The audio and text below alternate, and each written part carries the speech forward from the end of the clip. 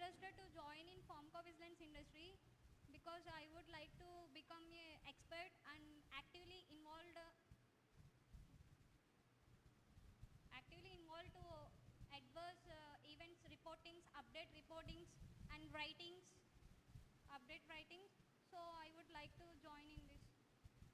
Okay. So I think like 5% she's having an idea on, yes, it's 5%, yes. 5% she's having an idea on what is career she was planning, but not clear still. Can anyone other can know? I can know? She has a good idea on what is pharmacovigilance. Thank you so much for giving me the answer. So yes, you had a good idea on what is pharmacovigilance, what are the activities you would like to do internally in that, but not up to the mark. I will help you, I'm sure. So yes, another one please.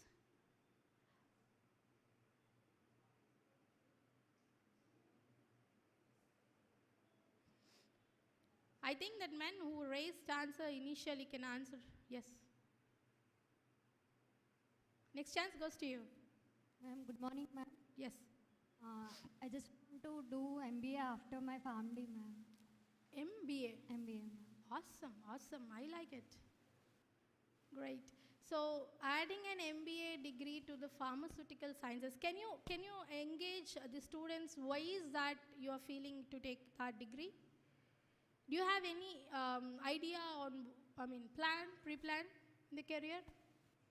No, ma'am, but I'm interested in doing MBA after. Okay, so what is that market outside? If you want to take up an MBA, because you're a pharmaceutical graduate. I want to set up a company, ma'am. Awesome. What is that? Pharmaceutical. Pharmaceutical? Company, ma'am. Awesome. So we can see an entrepreneur here kickstarting a career. Great. So MBAs outside the market is also really useful, you know, writing up right from the, it's not like entirely, if you do an MBA degree, we can become an entrepreneur. It's not that. But still, every organization needs a life science graduate MBA, master's degree, you know, because they can design, they can develop business, they can write up, the financial budgets, or they can write up, to plan a project also. Every clinical trial to be planned definitely needs a graduate, and that too who is having a scientific oriented graduate in the masters to plan the budget, you know, that is really important. So this is a good idea and inspired also. Thank you so much for giving me that answer. Any other one?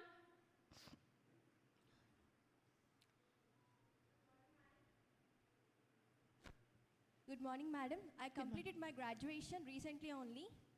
So I was doing a job in as a junior research analyst, and I was planning to go abroad within the next year. I would like to do job in pharmacology department, development and mechanism of the drugs. So I deliberately choose the abroad plan. Thank you, madam. That's it. Awesome. So she has a good shape in the career. So she had experience in her hand. So with that experience, she wants to go abroad. If whatever we can do is, we can help her to get educated in good certifications, which is helpful for going abroad, which is nothing but pharmacovigilance. And after that, she can take up a master's degree also over there or get directly settled, because she don't need to move again with another exposure of academics, because she's already having experience. So this is important. Getting academics degree continuously in the streamlined path without any career break in between is also not suggestible, you know. Take a break, go for industry, look outside the industry, get back again to the academics. So again, then go with the industry. That's on and off, switch on and off will definitely help you to grow knowledge-wise. I always suggest my students to, whoever getting educated, getting industries, they'll understand the market outside, upgrading skills, capacity also. So that is really important. So I'm so happy that I've seen a person who's having good pharmacovigilance, plan in the career. I've seen an entrepreneur. I've seen a person who wants to go international, trying to get international experiences to herself as well. So I hope the CR Reddy students will have a good career ahead, and also my HR team will also pick up your, whoever is ready to relocate or whoever is ready for the opportunity. At least 5 to 10 students get selected today, and we are ready to announce it in the dais also. And today I am also happy to inform you that we are taking up spot registrations with about offering the discount, a price of 10% because of celebration the ceremony today. And what it's pairing with us. So Pawan, Executive Director, will take care of that post to your lunch session. So shall I get started? Are you ready now? Were you connected to me? I need a strong answer. So yes, thank you so much. So today I'm going to talk about the pharmacovigilance basics question and answer facts session. So then, could you see clearly what is I am presenting over there? What is the tagline of mine?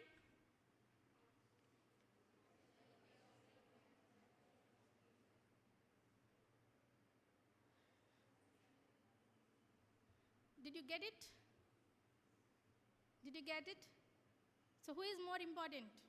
A doctor or a pharmacist? Good. I need a strong answer again. A pharmacist is important for getting an adverse event first. You know why?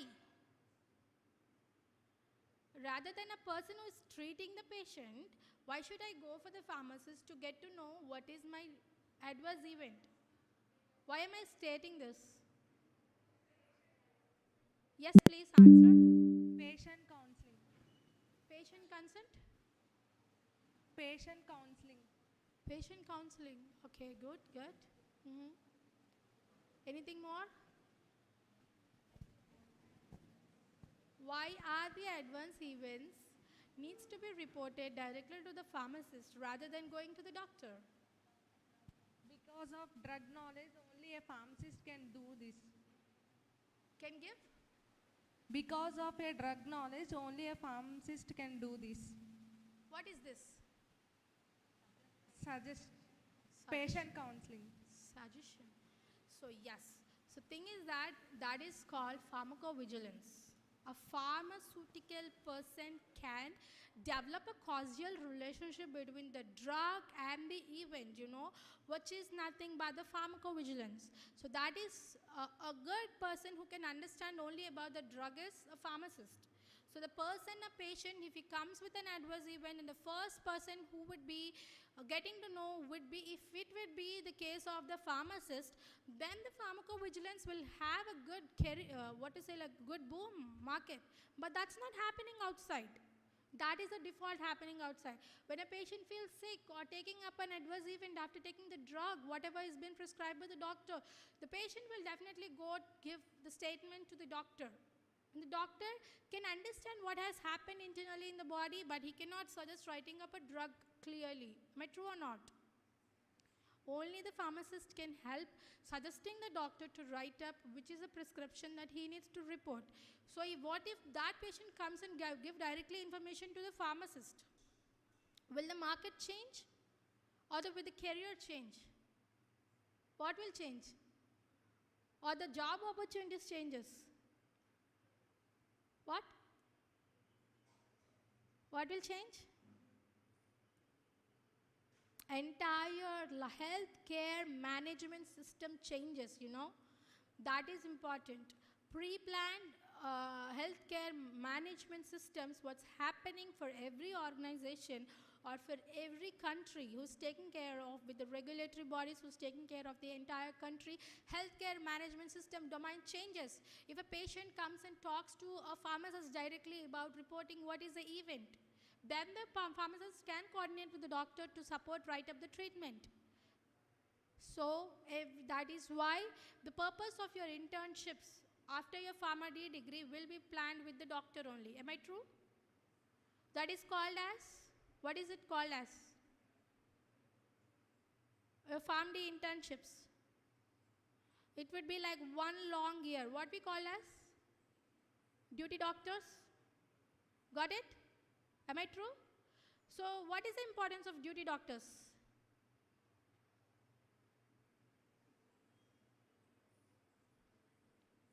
What is the importance of duty doctors? Being with a doctor, getting to know about the patient's admit card. I want to know what is the importance of a duty doctor.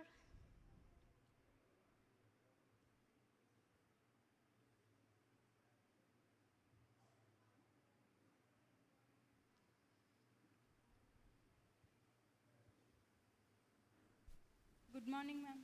Good morning. Taking patient drug history and drug therapy monitoring. The role of duty doctors is taking patient drug history, ma'am. Okay. And drug therapy monitoring. And what medications doctor was prescribed. Okay. And monitor all those medications. And is there any adverse effects or side effects? Advise the doctor. Reporting it to the senior doctors. Got it. So during the time, you would get to know what is the treatments also, right? Though you're not a doctor, you will get to know how to treat that patient because you are looking at the emergency time, getting to know all this, whatever things that you're trying to talk to me. Were you like ready to do that? But you're not having a degree in your hand. That's it, right? Am I true? Yes, ma'am. So equally, a pharmacist would have an exposure of a patient, every patient, whomever the doctor has, working together with. Every pharmacist also will have a work relationship same as a doctor, right? But only thing who can help is a doctor who is having MBBS degree in his or her hand. So that is where all others, like every student who is getting graduated is getting the degrees, pharmacy, PharmaD, B Pharmacy degrees, going into hospital internships, getting into the duty doctors or QA, QC for B Pharmacy students, right? So that is an entire dump in all. You go and just go settled over there, usually. Am I true or not? So for QA, QC, regulatory affairs, keeping regulatory affairs aside, quality control, production was the common jobs you see for B Pharmacy students, right? Were you ready to do that job still?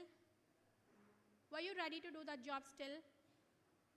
Those jobs, I don't say like they don't have life in it or you cannot grow in it. But I want you to enlighten what is happening. What your seniors just saying that I have production, I got a job in production, or I am selected as a QA QC, audit, whatever is the JD of that particular company.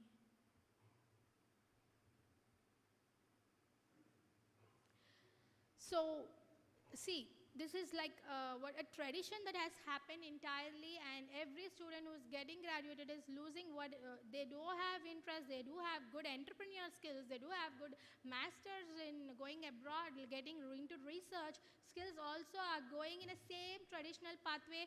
But I am graduate and I would go into the next step of going into the hospital internship, going into duty doctor or going into QA QC production careers.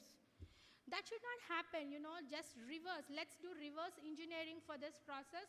So we are here coming to educate everyone to understand what is the importance of pharmaceutical degrees that you are having. Everywhere when you go outside, you will be equally calibrated, with the doctors.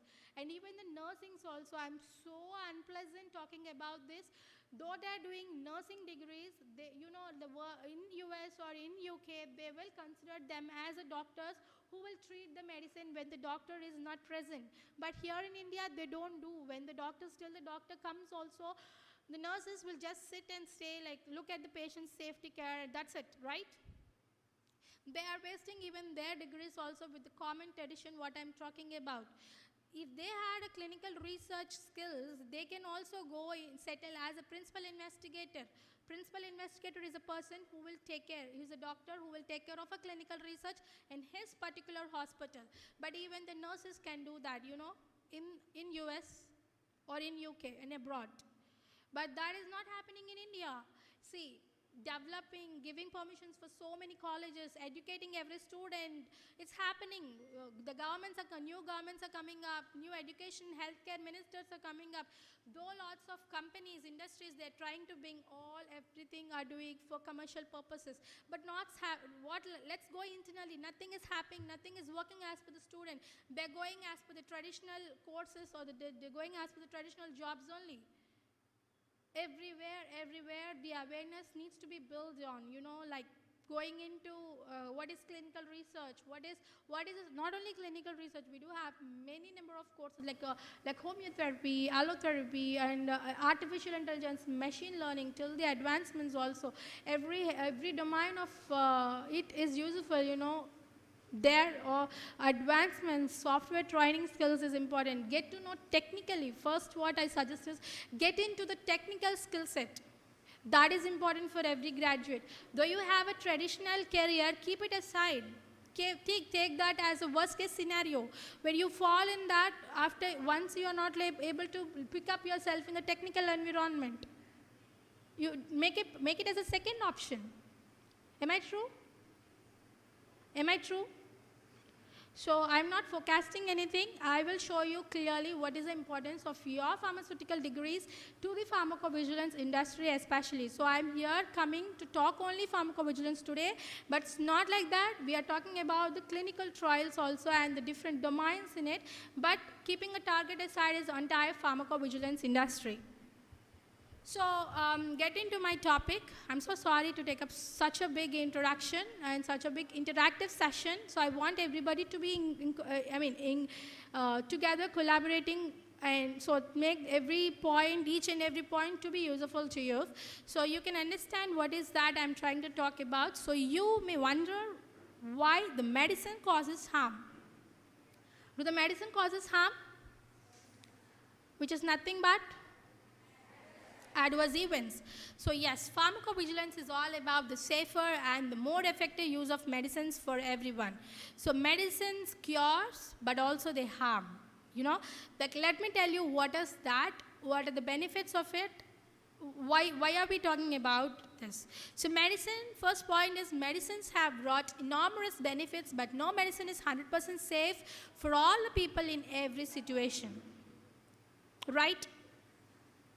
Can you give me one such example where everybody usually takes up that medicine just like a chocolate and feels adverse events, but they still don't report it to anyone?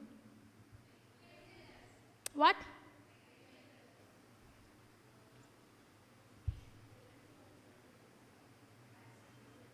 What is it? Painkillers. One such brand name? Got it. I can see when I'm crossing your college, I can see a big, showcase where you're filling up so many drugs in it. Even the cosmetic drugs were over there. Then I thought they have good sound knowledge on drugs. I asked brand name.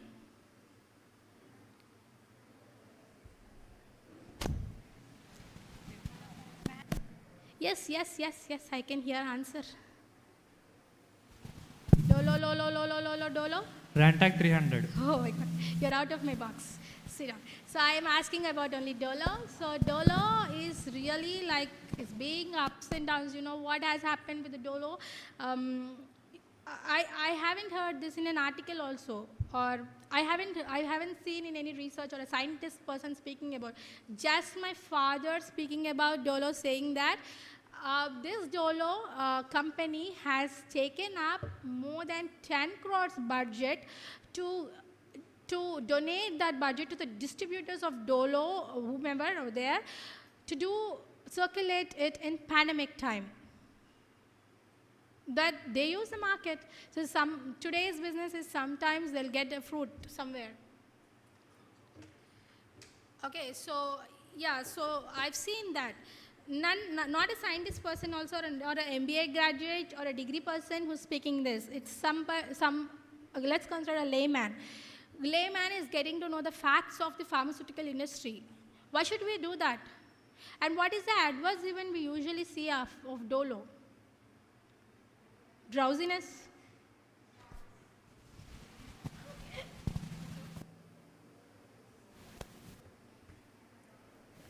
Yes, please.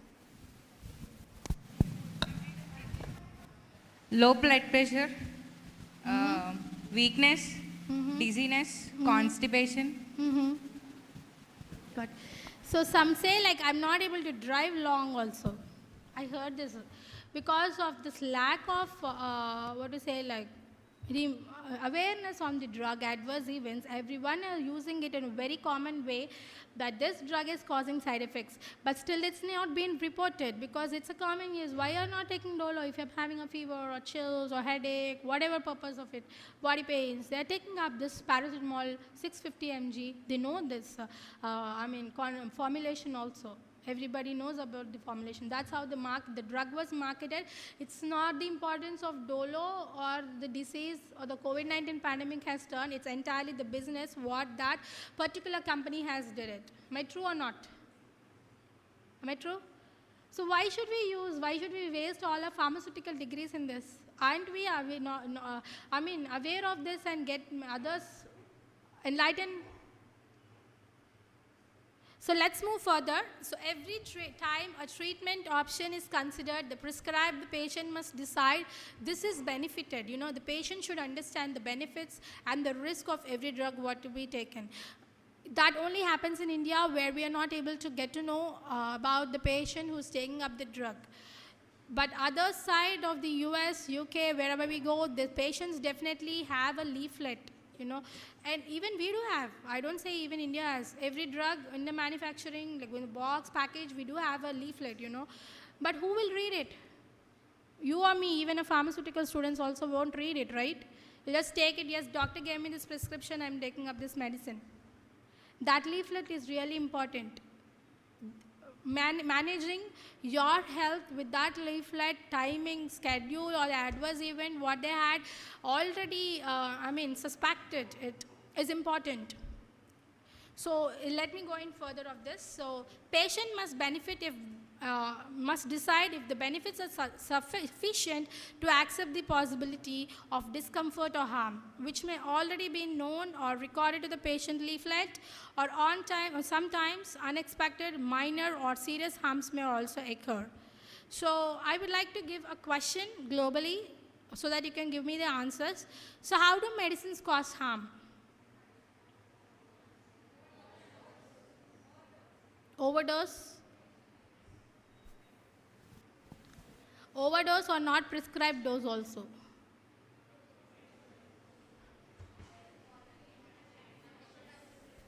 Huh? Got it. Concomitant drugs, medications.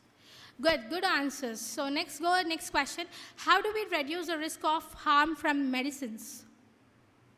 How can we reduce the risk?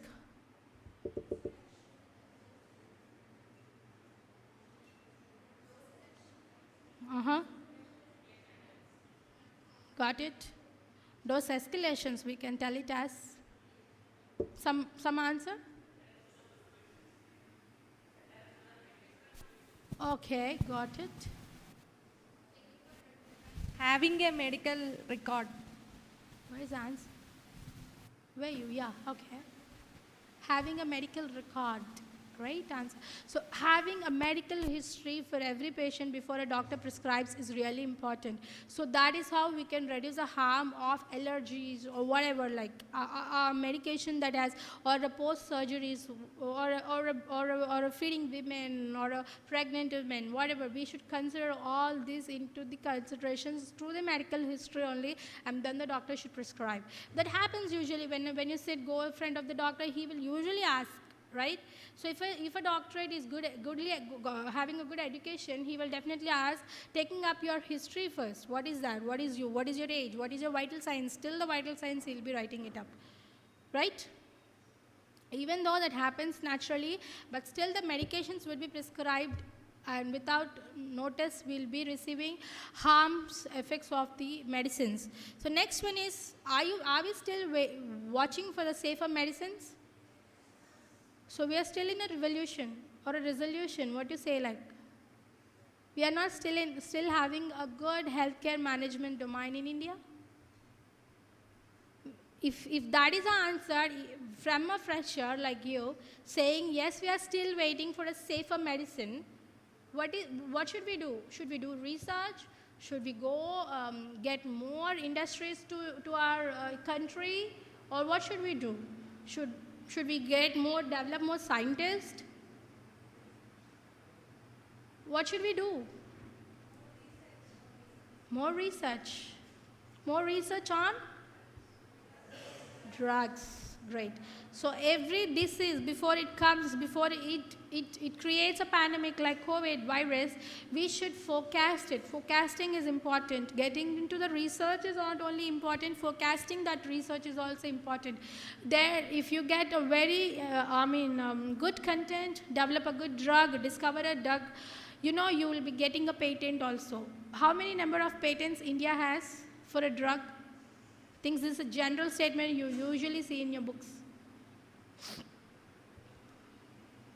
How many patent drugs do India have still now? Do you have mobile phones? Do you have mobile phones? Wait, are you ready for Mentimeter? Then, can we have an access of mobile phones, ma'am? Okay. Can you search how many patents do India have right now in the drugs? 66,440. Oh, great number. So we are still under research. It still needs to grow more. I've seen last night about this information that US FDA has given so many number of patients more crossing this count what she is telling us right now. The population-wise, India is really good. Okay, education-wise, India is really good. Every scientist, like the instrumentations, I've seen signing up a training program for HPLC. Just now, our principal sir is signing a training program for HPLC. Yes, they're encouraging this new instrumentation training programs also. But what is lacking behind? First thing is, like, I'm trying to get answers from you so that you can sort out what is a streamlined flow you can set up at the end of the session. So I need your answers. So the patents are not still onto the mark. Outside the market is growing, but still our graduation degrees of the students are getting into the ways because of this traditional approach what I am talking about previously. That is why we are not getting into research. So I've seen one girl standing up saying that I want to, go for abroad, get to know the industry. It's not always everybody should be inspired to go for abroad. I'm not pushing that. You should learn what is outside. You can sit here and learn. You can take up online sessions. Getting certified programs is important. Getting into research in that is also important. That is how we can help a country serve best in this pandemic situation which is not still ended. Okay, so let me go detail. How do the medicines causes harm? You may wonder why medicines causes harm at all. Medicines are powerful, usually the chemicals or biologics, right? So it goes in, it cures the disease, but also why sometimes causes disease damage. We get to know about many of the benefits and harm that the medicine can cause, which is tested in the clinical trials. It is also the cause of people reacting differently. I did not receive this answer. First two answers I received from CRD students. I hope everyone is really good with their academics. That is what I can conclude. But third answer is really important, which is nothing but the cause that it reacts to every people is different. Okay, so next is how do we reduce the risk of harm from medicine? First one is wise therapeutic disease. That is what we are talking about, number of patents, research and other things. Second is a patient must understand, anticipate and recognize known negative side effects of the drug. They must plan it where they first appear and agree the action to be taken. That is important. The patient concerned to take up the treatment should be, accepting it is important. And third is taking a drug as prescribed. finishing the course, avoiding interacting with the other foods is important, and nevertheless the risk of harm cannot be completely eliminated. This is true. We cannot completely eliminate the report of or the risk that the medicine has caused. Example, with the paracetamol, what we have discussed, like somebody is driving the car, but still because of so much DOLA effect he has taken previously for 2 days, he was not able to drive the car. That is, I mean, completely we cannot eliminate, still it pursues. And if you take up another concomitant medication, you still feel, set the car aside and you can sleep, right? So yes, watching for safer medicine. Yes, for this I am going to give an answer, yes. So medicines may affect many aspects of the patient's lives, not only in the relation to their specific impact on the disease. Adverse effects, even mild ones, may negatively impact on the patient. Okay, so like the work style gets disturbed, and the patient may access benefit and harm in a way very different from the professionals. Regarding these aspects of the therapy is critical to full understanding of the patient experience. So taking out to the bounds and the most current medical records keeping or reporting is what will be waiting still for the safer medicine. So I would like to let you know what is the risk of the patient and what is the external risks of the patient. Why is this medicine causing harm? Just a brief out. Already we had discussed this and I had a very good answers from you. I'm just brushing on what is I was trying to talk about you on this point, right? So the risk associated with this quality, storage and the distribution of the product, administration, re-administration risk, bearing in mind that some of these therapeutics that targeted to the specific site requires invasive surgical administrations also. And also with interaction with associated factors such as underlying diseases, concomitant medications, diseases, what they said, and the therapeutics will also lead, and the persistence and the potential reactivation of the viral vectors is also causing harm. You may be diagnosed previously with diabetes, but you were affected because of that COVID situations with the viral vector, and you should be medicated definitely. What should we do? What should doctor take up the suggestion? No, yesterday only he was medicated with a diabetes cure and he was not able to put up with the medication of the viral vector. We can take that or we cannot take it.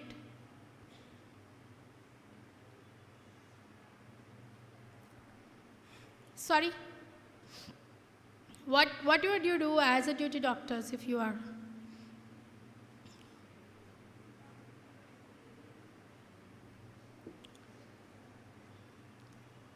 We should treat him. We should treat him definitely, keeping everything, the plan of balancing his sugar levels with the support of solutions or the IV solutions, and then we need to put forward the medication for the viral vector. If at all he gets contaminated, because that is a premises where other non-immunized patients also would stay. Right? So what should be the first step of the doctor to be taken? Maybe he can isolate him and perform the treatment as per his body requirement. So that is how the patients are in the risk effects. And what would be the external effects of these harms for the medicines causes? Risk to close contact, such as involved in handling the product or treating the patient. Risk of the parent-child transmissions, environmental risk considering uncontrolled release and the potential persistence in the food chain, water, course of water, etc. Risk to living donors. Note this was included in the initial 2008 guidelines, but this has been removed in the draft of 2018 guidelines. Risk of living donors. Yes, this is eliminated because of the pandemic situations. Lots of guidelines was changed. I'll get you into the detail of what are the guidelines has been changed also. So I'll just take you into how the pharmacovigilance department would be. So till now we are discussing about career, we are discussing about job opportunities, traditional pathways, we are discussing about what is a drug, what is the importance of the pharmaceutical students in it. But let me take into the detail, just a first slide of the detailed pharmacovigilance. So you can see clearly, can I have our laser?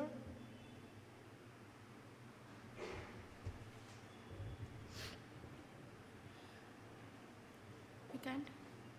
We can have it. Got it.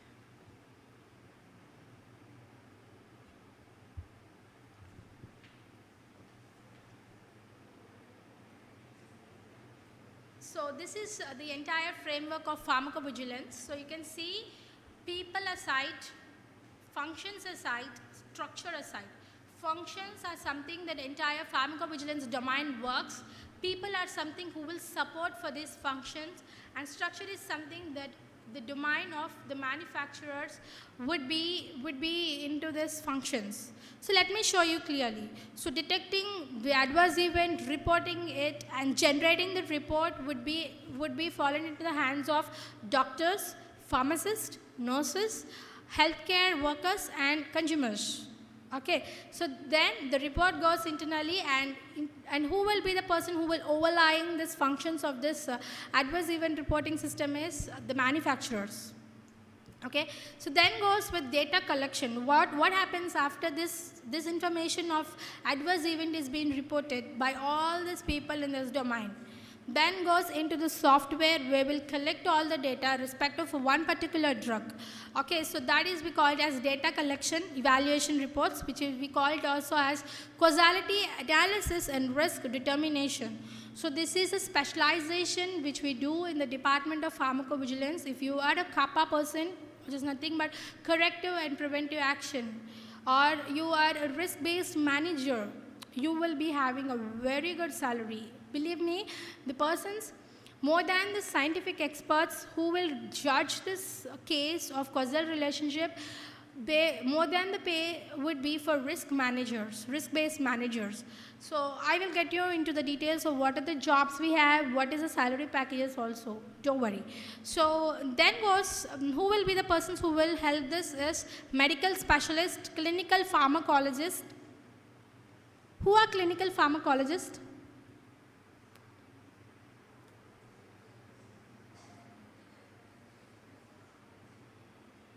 Do you know what is a degree for clinical pharmacologist? Okay. M-Pharm pharmacology. M-Com pharmacology. M-Pharm pharmacology. M-Pharm pharmacology, okay. Clinical pharmacologist. Do you know what? Doctors also do this. They will, yeah. Sorry? Based on the research. Good, great answer. Investigator of the research is also called as a clinical pharmacologist. So who is having an atmosphere of clinical knowledge, and they can be reported as a clinical pharmacologist, having a very good, taking that as a very good designation to them. Under that they'll be heavily paid, you know. The doctors who are sitting, who are having MBBS degrees, they can do OPs, they can take up clinical trials. Parallelly with the OPs, what they earn, they can go with the clinical trials parallelly. They can get remunerated for, giving on business advisories for the manufacturers or the sponsors. So see, one designation can have many number of service activities. Okay, so next let's go into another part of this Department of Pharmacovigilance, which is nothing but decision making and appropriate action to be performed. So once the report of adverse event is coming to the sponsor, he will then move it to the database collection team. Then goes with the scientific expert team or the judgment, or we call it as subject matter experts in the scientific. We call them as scientists also in this domain, clinical scientists. So we definitely need an MBBS degree. That is, we cannot kick it out. But yes, for being a judgment, you should get to know about law. Okay, so you would be learning about horns, Lohorns also, a doctor who will have Lohorns skills and also has having atmosphere of clinical pharmacist, having more than 20 to 30 years of experience in clinical research, adverse event reporting mechanism, will be coming into the subject matter expert who can judge the case of the causal relationship or not. Okay, why should we keep such a highly paid person over there to judge a simple case? Even you and me also can judge. Why do we need them? If they sign the authority, that case is valid. Having an SAE, if that person signs this SAE is related to the patient, that patient also will get compensation. Okay, so the family also would be benefited out of that compensation if he falls under SAE category. One particular one is death. Don't you imagine who would be the other team who will also judge the case? First person who will judge the case? Who is the first person who will look into the adverse event and judge the case? What? I know. Not always the pharmacist comes into the picture. Doctor. So when a patient comes to him, he first write up his own consent, his own narrative writing on that particular case, that whether this drug is having causal relationship or not. Right? Okay. Let's go. This is a framework of pharmacovigilance. By now you can understand who are the people, who are the centers. I'm sorry to inform you that the structure outside for data collection would be pharmacovigilance centers. Okay, and then the DTC, data clarification training institutions, and the safety advisory committees would be here. And then going with the decision making, regulatory authorities, industry, health services, professional groups, advisory committees, and media. Why is media into the picture? I'm so sorry, maybe I was misspelled here writing up media. No? Oh, awesome. So, yes, answer is, why is media used here?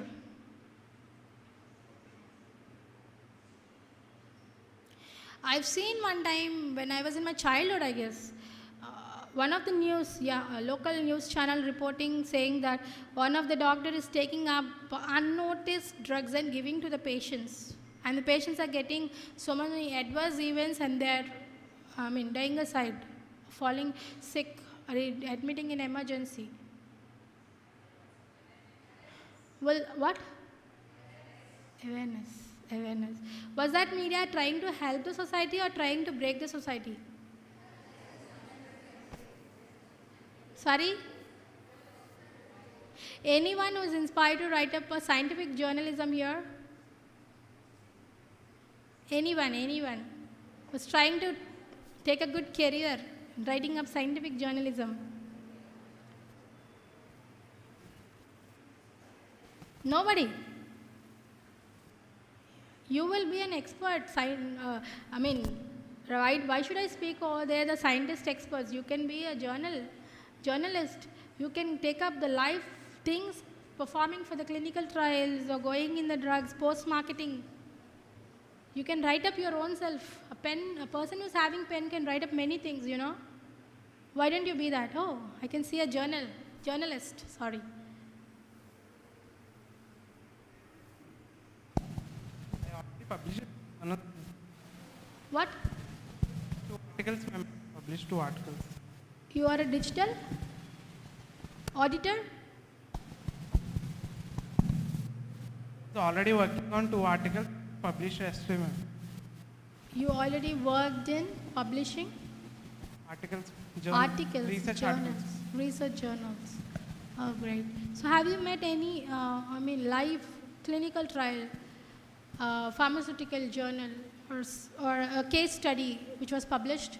No. No. Just That is the studies. reason. In vitro studies. What? In vitro studies, ma'am. In vitro studies. Okay. So yes, though he is not having the work, thank you so much for giving me the answer. Even though, I mean, the journalism of science is going ahead, but still we are not able to publish. I just tried before night only. I'm trying to put forward some case studies for you. I was trying just generally out of my database. I was trying to just search for a case study in pharmacovigilance. I was not able to find it.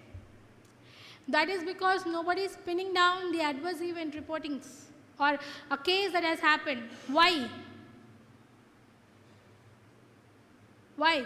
For a drug which is not still in the market, we cannot publish it or we cannot take up any rights from the regulatory authorities to write up whatever research has performed yet. You know that?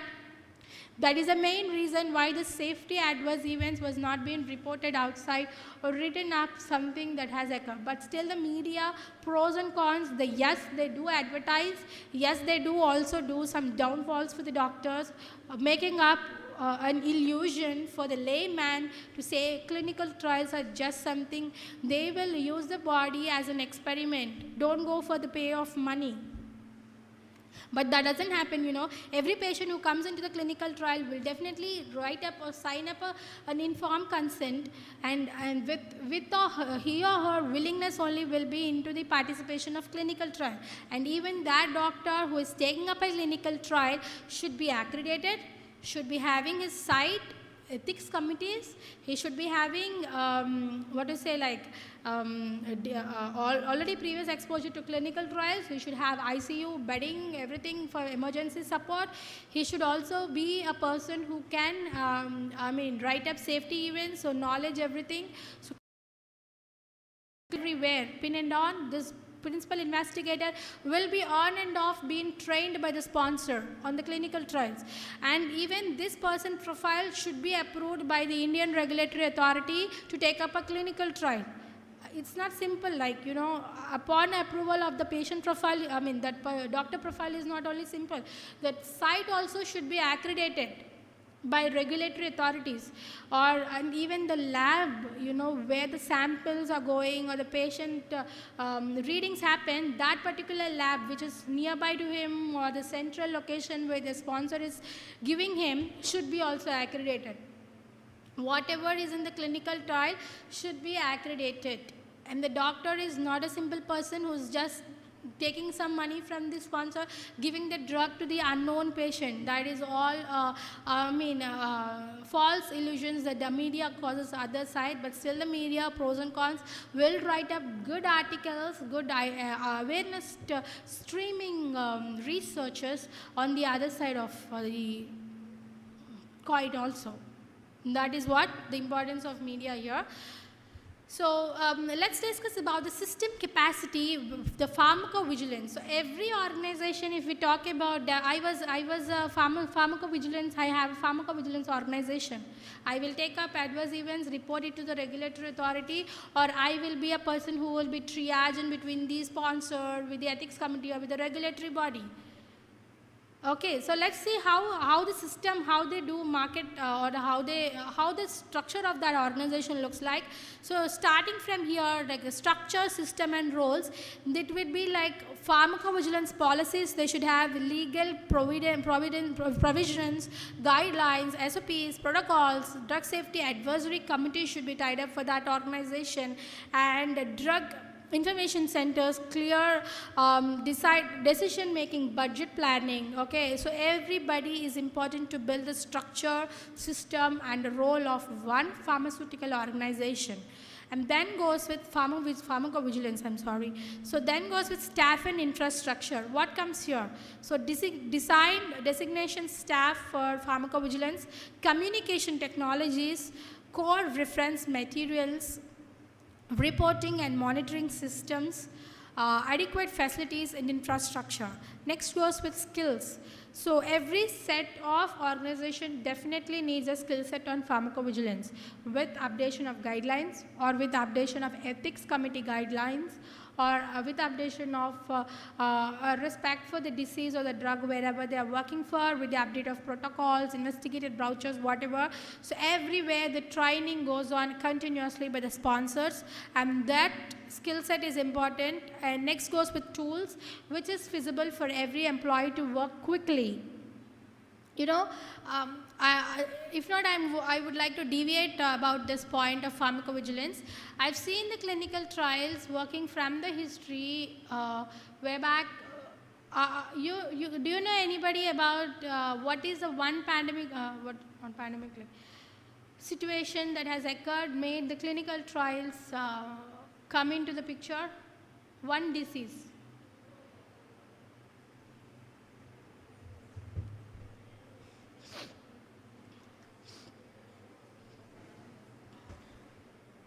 Thalidomide tragedy. Yes, that's true. So that is the first footstep for going into the clinical trials. So why did I bring that here is like there we not see the tools or the system or the software which is helping for grabbing all these adverse events. Everywhere it should be a paper format of the document, written patient report form or the consent or the case report form, whatever we call in the clinical trials. Everywhere they used to be documented only on paper, and it's too hard for a sponsor or the sponsor's team members to sit and review all those documents. And during the travel also, one document might go away or torn or teared or just overwritten or just brushed out, you know. And what happens with the data? Are we not losing the data? Are we not losing the data? So then came the picture of electronic format of the case report forms. So every patient, when he or she comes for the clinical trial visit, okay, so there the importance of electronic format of documentation has arisen, and the tools, which is what I'm talking about here, had made impact on the pharmacovigilance system entirely. And not only pharmacovigilance, entire clinical research system. We do have in clinical data management also, we have number of softwares running in. And second thing is, I am so happy to say, yes, the tradition should be followed. Paper format is also still being used right now till date. Do you know why? Though we have advancements in technology, why can't we drop directly the information typing over here? Why should we use again still the paper format? Any answer? Why should we use the paper format still? Answer. What?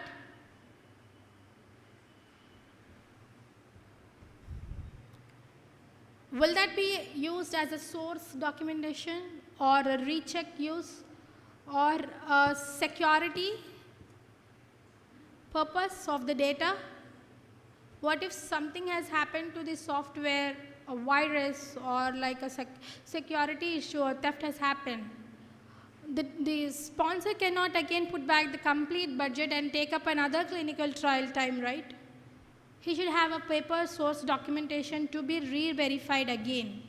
So yes, that's not the sole purpose. We do have still more purposes for making or maintaining still the paper format. You know, even after completion of a clinical trial, for 5 to 15 years, still the sponsor will invest the budget on that hospital to store the patient documents who are done with the clinical trials. We call it as, do you know what is the word that we call it as?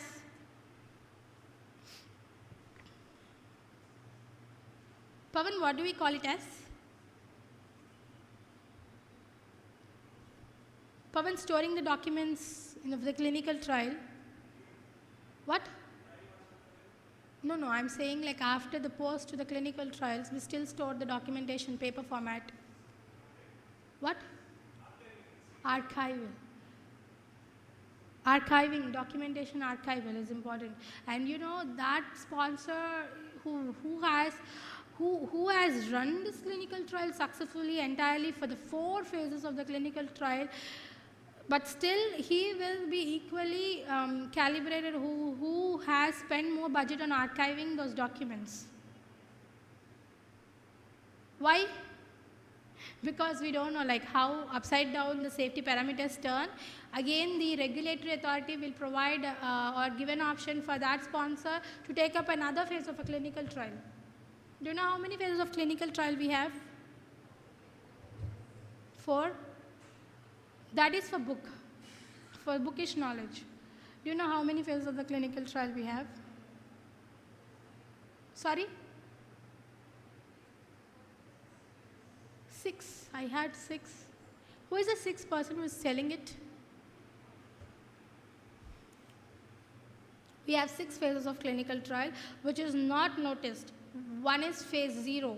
Before the phase 1 comes into the picture of healthcare volunteers, we still take up a small, little bit of 2 to 5 people of healthcare volunteers only in phase 0 clinical trials just to know dose escalations, dosage. For phase 1 also, they have another pre-phase which is nothing but the phase 0, and after to phase 4 we have phase 5 clinical trial. Upon like what I'm trying to talk, archiving the documents, even if we still see something arise where the disease ratio has increased, sponsors are still given a permission to take up this clinical trials again, to rework again for a tenure of 1 year or 2 years. They should have a documentation part still worthy, ready, right? And they can reuse the past data that they had stored earlier. That's a smart sponsor. He cannot again reinvest, ask the permissions again for the regulatory authority. I'm not having the data, I lost somewhere. Can you please help me to permit from right 1 to 4 again? No, it won't happen. Okay, so that is the importance. And 0 and phase 5 will not be noticed or written upon your books, your academics books, due to this reason, because they're not aware of it. Okay, so the experts, the industry experts are clear to know the importance of every phase of the clinical trial and every population that should be reached to the mark. Okay, every phase of a clinical trial, you know the targeted ratio of the population to be reached to get registered. Do you know that? The maximum limit or the minimum limit of every phase? Yes or no? I'm not asking the number, I'm just asking yes or no. Got it. So let's go in detail. So these are the training of the pharmacovigilance advancements that we can see. You can see all of them are electronic learning offering courses. So one is signal assessment, introduction to pharmacovigilance, introduction to signal detection. Signal detection in the sense which is nothing but forecasting or get to know before the adverse event effects for the patient. So that is nothing but signal detection. And statistical reasoning and algorithms in pharmacovigilance. So one who does SAS, one who having pharmacovigilance experience will have a good thumbs up, just like an MBA graduate after the pharmaceutical science degree. Okay, so SAS is also having a good boom in clinical research market. And in causal assessment of the case series, causal assessment of the single case reports. So these are the training programs that usually every organization take. These are the advanced training programs for the already working employees. So let me go into what are the jobs we have in the pharmacovigilance. Is the session too boring? No, yes or no? Okay, so I request everyone to please look into this especially. These are all the jobs, positions what we start with. So we have entry-level positions in pharmacovigilance. We have remote pharmacovigilance jobs. We have more than 18,000 pharmacovigilance jobs. Always include a specific cover letter for all the jobs and follow up twice with every email. So that is really important for every, inspire students to get into the job. So cover letter is important about you, writing up a follow-up email on how the interview was performed, what is my update, what is my job, how can I move on ahead, how should I need to wait, or how can I terminate from the past company, everything. So you can see into drug safety or pharmacovigilance scientist, drug safety and pharmacovigilance manager, safety and PV reviewer, pharmacovigilance quality compliancer, clinical quality specialist, medical safety, local safety officer, clinical trial project safety associate. So local safety officer is something that you will go like up to the peak in the career, and then you can go back to your hometown, to your district, get, this is a government job actually, get moved into that position as a local safety officer, where you will come across all the healthcare, management systems in that district wherever you were, given appointment for. So MEDRA coder, pharmacovigilance safety and analytical reporter, auditor. You can also see into the physician of the pharmacovigilance. So MBBS, BDS graduates are also ready to do pharmacovigilance degrees. I've seen so many students in this prospect also with CAVAXIA. So who are running successfully with as a pharmacovigilance physician. Okay. Safety compliance writer, good PV practice manager, GCP specialist, pharmacovigilance vendor, case processor specialist, post-marketing case processing specialist, and risk management officer, and also signal management specialist. So reading. Look into number of jobs we have. So all the specialist, officer, what is this? The designations looks like it's like a red carpet way or not. So they just need simple experience. You cannot directly go and apply for a specialist or a manager or whatever, like the positions that you see. But yes, we have even entry-level positions, which is nothing but coordinator, drug safety, associate positions, where you can kickstart your career quickly with 30,000 package per month, and then you can go with adding on, switching on to company and company, learning new things, getting upgraded with the self-training modes that I've shown you previous slide. That is before, after you get into the job, what are the trainings you need to go into. Then you can be good in this. So let me be taking you into the details of what is Is Ic Gcp for pharmacovigilance. You know, like these are all the codes that you can see: E to A, E to A, E to B, E to C, E to D. These are all the guidelines. So with you for this workshop, we are giving you a kit which is in the mobile app. So all your email IDs will receive the credentials for accessing the materials that we are providing you for this workshop. That and all we would input you soon. Okay, so this is all we had given clearly in that kit for you.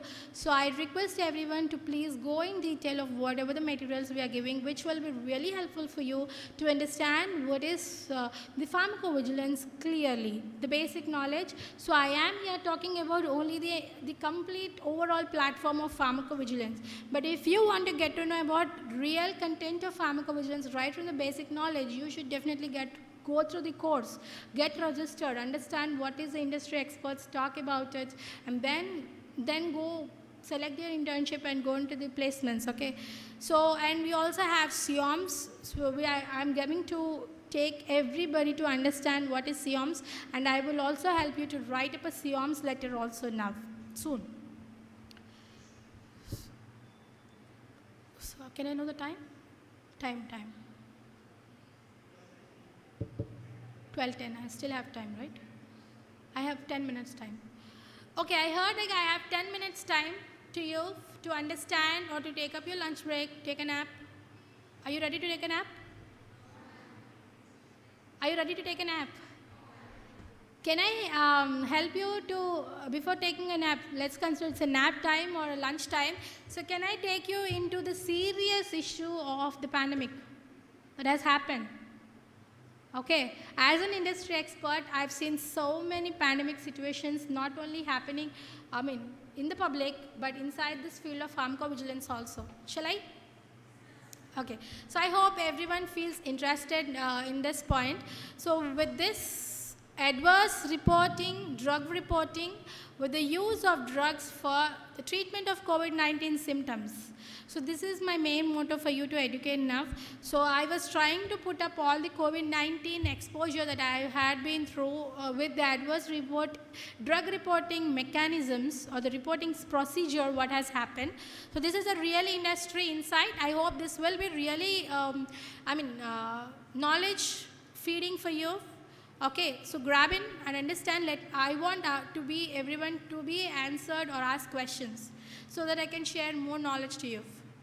Got it? Got it. So let's see the insights of the real data of safety reporting and what are the case studies that we had seen in COVID-19. So before we go, let's go into detail of what is COVID-19. I think you had Googled or you had seen, you had heard, whatever, COVID-19. Yes? You know about COVID-19. I'm sure about it. Okay, so COVID virus, even my daughter, she know about COVID-19. She comes and me, don't touch mama. She says, no, don't touch it. This is having a virus. Go wash your hands. Every kid now was in the pandemic situation, know to wash their hands just like this, the way they show in the video. It's not simple like washing the hands like this. They just turn it and right and wash it. See, it's happy to see that such a younger generation is being educated in a safety way or taking precaution, or just like she sneezes and she keeps her arm like this. I'm so happy for that, but on the other side I was upset. Aren't we not able to breathe in the fresh oxygen or natural lifestyle what we had adapted? What is the tagline? Usually they hash it and give. Hashtag, new norm, new lifestyle. What is that? Masking up and coming to work. What is that they do? So yeah, I hope this needs to be changed. Pandemic situations should be revealed out, and everybody feel free to breathe in the oxygen until the lungs gets reached out, or do heartfelt yoga exercise, breathe in and breathe out, so everyone will be peaceful internally, especially with the work stress that you are having everywhere. So yes, let's take this. So most people get infected with this virus will experience mild to moderate respiratory illness and recover without requiring special treatment, And however, some will become seriously ill and require medical attention. Older people and those with underlying medical conditions like cardiovascular diseases, diabetes are only the persons who had been affected more as an SAE, but not much. Others would had gone into just mild effect of the COVID-19, but who are having comorbidity conditions has gone to serious adverse events. So nevertheless, I have still seen, are you vaccinated, everybody? Had anyone had a good exposure or experienced this virus situations, being isolated or anything? You. My team member says yes. Can you share your experience to the students? How were you during the time of pandemic? How was your mind especially? With you, Bivin, yes. Mike, okay.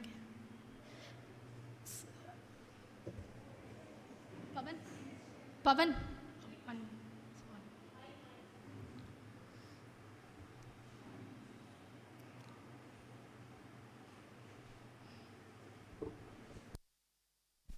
Hello, can you hear me? Yeah, hi, good afternoon. So yeah, my experience with COVID. So it was more like I did not have primary symptoms, what they say, like fever or something like that. I was just doing okay. Suddenly I could not taste. So I think previous day only. After that, I just had a small nose block. Okay. And then when I was applying Vicks, I could not smell.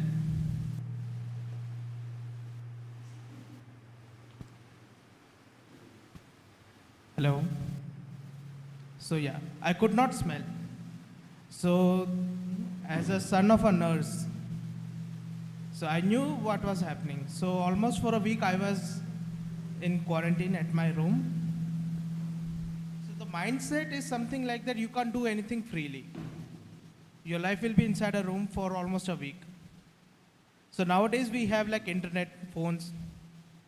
Everyone uses phones. Like even for 5 minutes you can't take your eyes off your phone. Even some of you must be still using phone in this session also.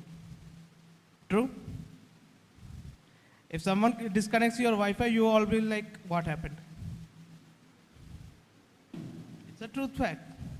So for me, it was a blessing at that point of time. Because if I did not have the Wi-Fi, I would have completely gone. Like it's an irritating situation because your body is weak. You can't go outside.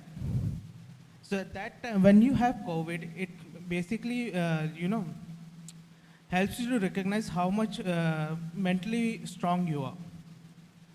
It's a true fact. No one is there to help you. Even the food is something like, even parents will keep the food like near the door. You have to keep it, eat it, and keep it back. That's it. So in this COVID situation, basically what I feel is like, it helps you to know how mentally strong you are. And it also helps to know what is your weakness. Like when you are all alone, you might find new things or like new passion. Unfortunately, I could not because I was watching movies. So anyone else who had like COVID?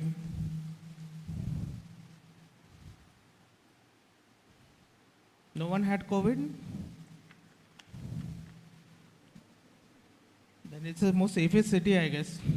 It's a COVID-free zone, I guess. Yeah.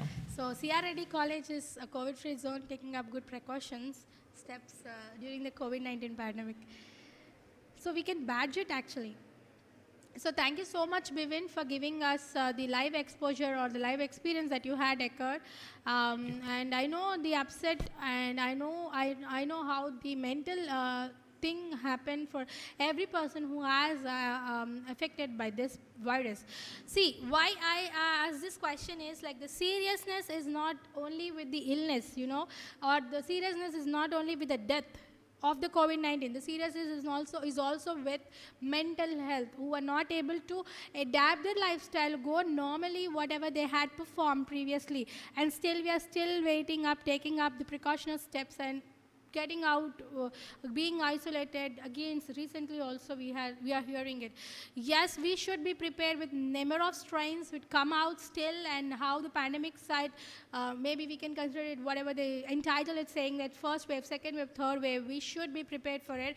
And as a pharmacist, we should be ready to do the research also with the help of the mentors, like you come across the mentors or the judgments or the judgmental experts who are experts in this domain. Try to work with them together. How can you work? Like I am saying, I'm not giving an illusion or a big picture for you. I am asking you to raise professionally in the social media. That's what my first point of thumbs up, right? Write up, develop your LinkedIn profiles. How many do you have the LinkedIn profiles over here? Only 2. Oh my God. I thought Reddy College is first in technically also. Okay, so what do you see, who was keeping up their hands, what do you see usually in the LinkedIn? Sir? TikTok. Okay. Okay, so what do you see usually in the LinkedIn profile?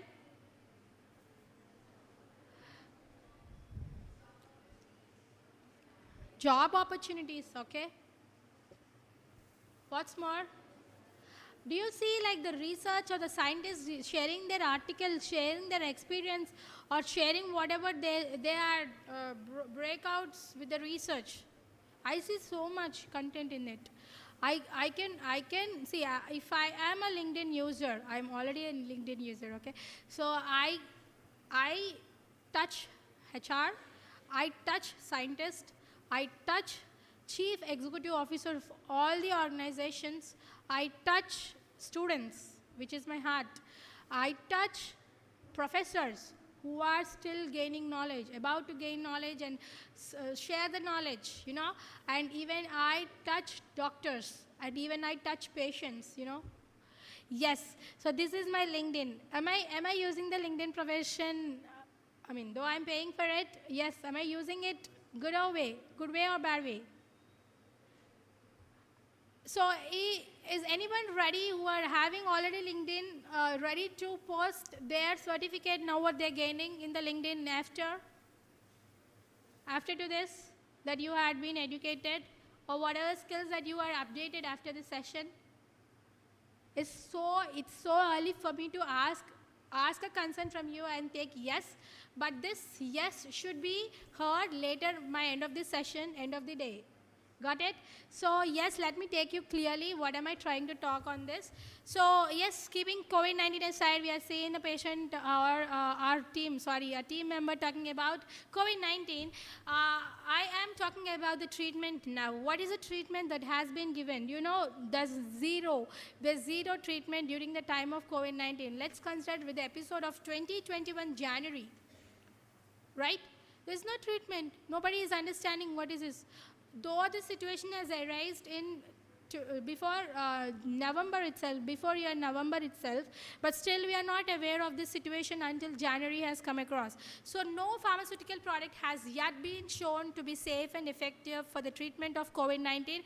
A number of medicines has been suggested as a potential investigational therapeutics, many of which are now being or will soon being suggested in the clinical trials, but still are under the solitary clinical trials, you know, and co-sponsored by WHO and participating countries. I am trying to introduce a new body here. What is it? WHO? Is it a new governing body? No? Yes, it's not a new governing body. WHO is a sole proprietary who will take up the decision of the drug, you know, as respect to the disease, to move into the clinical trials or to go with the research. So this is especially being sponsored by UMC, which is nothing but Uppsala Monitoring Committee, who will help WHO to launch all these drugs into the clinical trials and to make sure every drug is going as per the guidelines, which we had discussed. We have seen E to B, E to E, E to F, or Seoms 1, Seoms 2 report previous slide, right?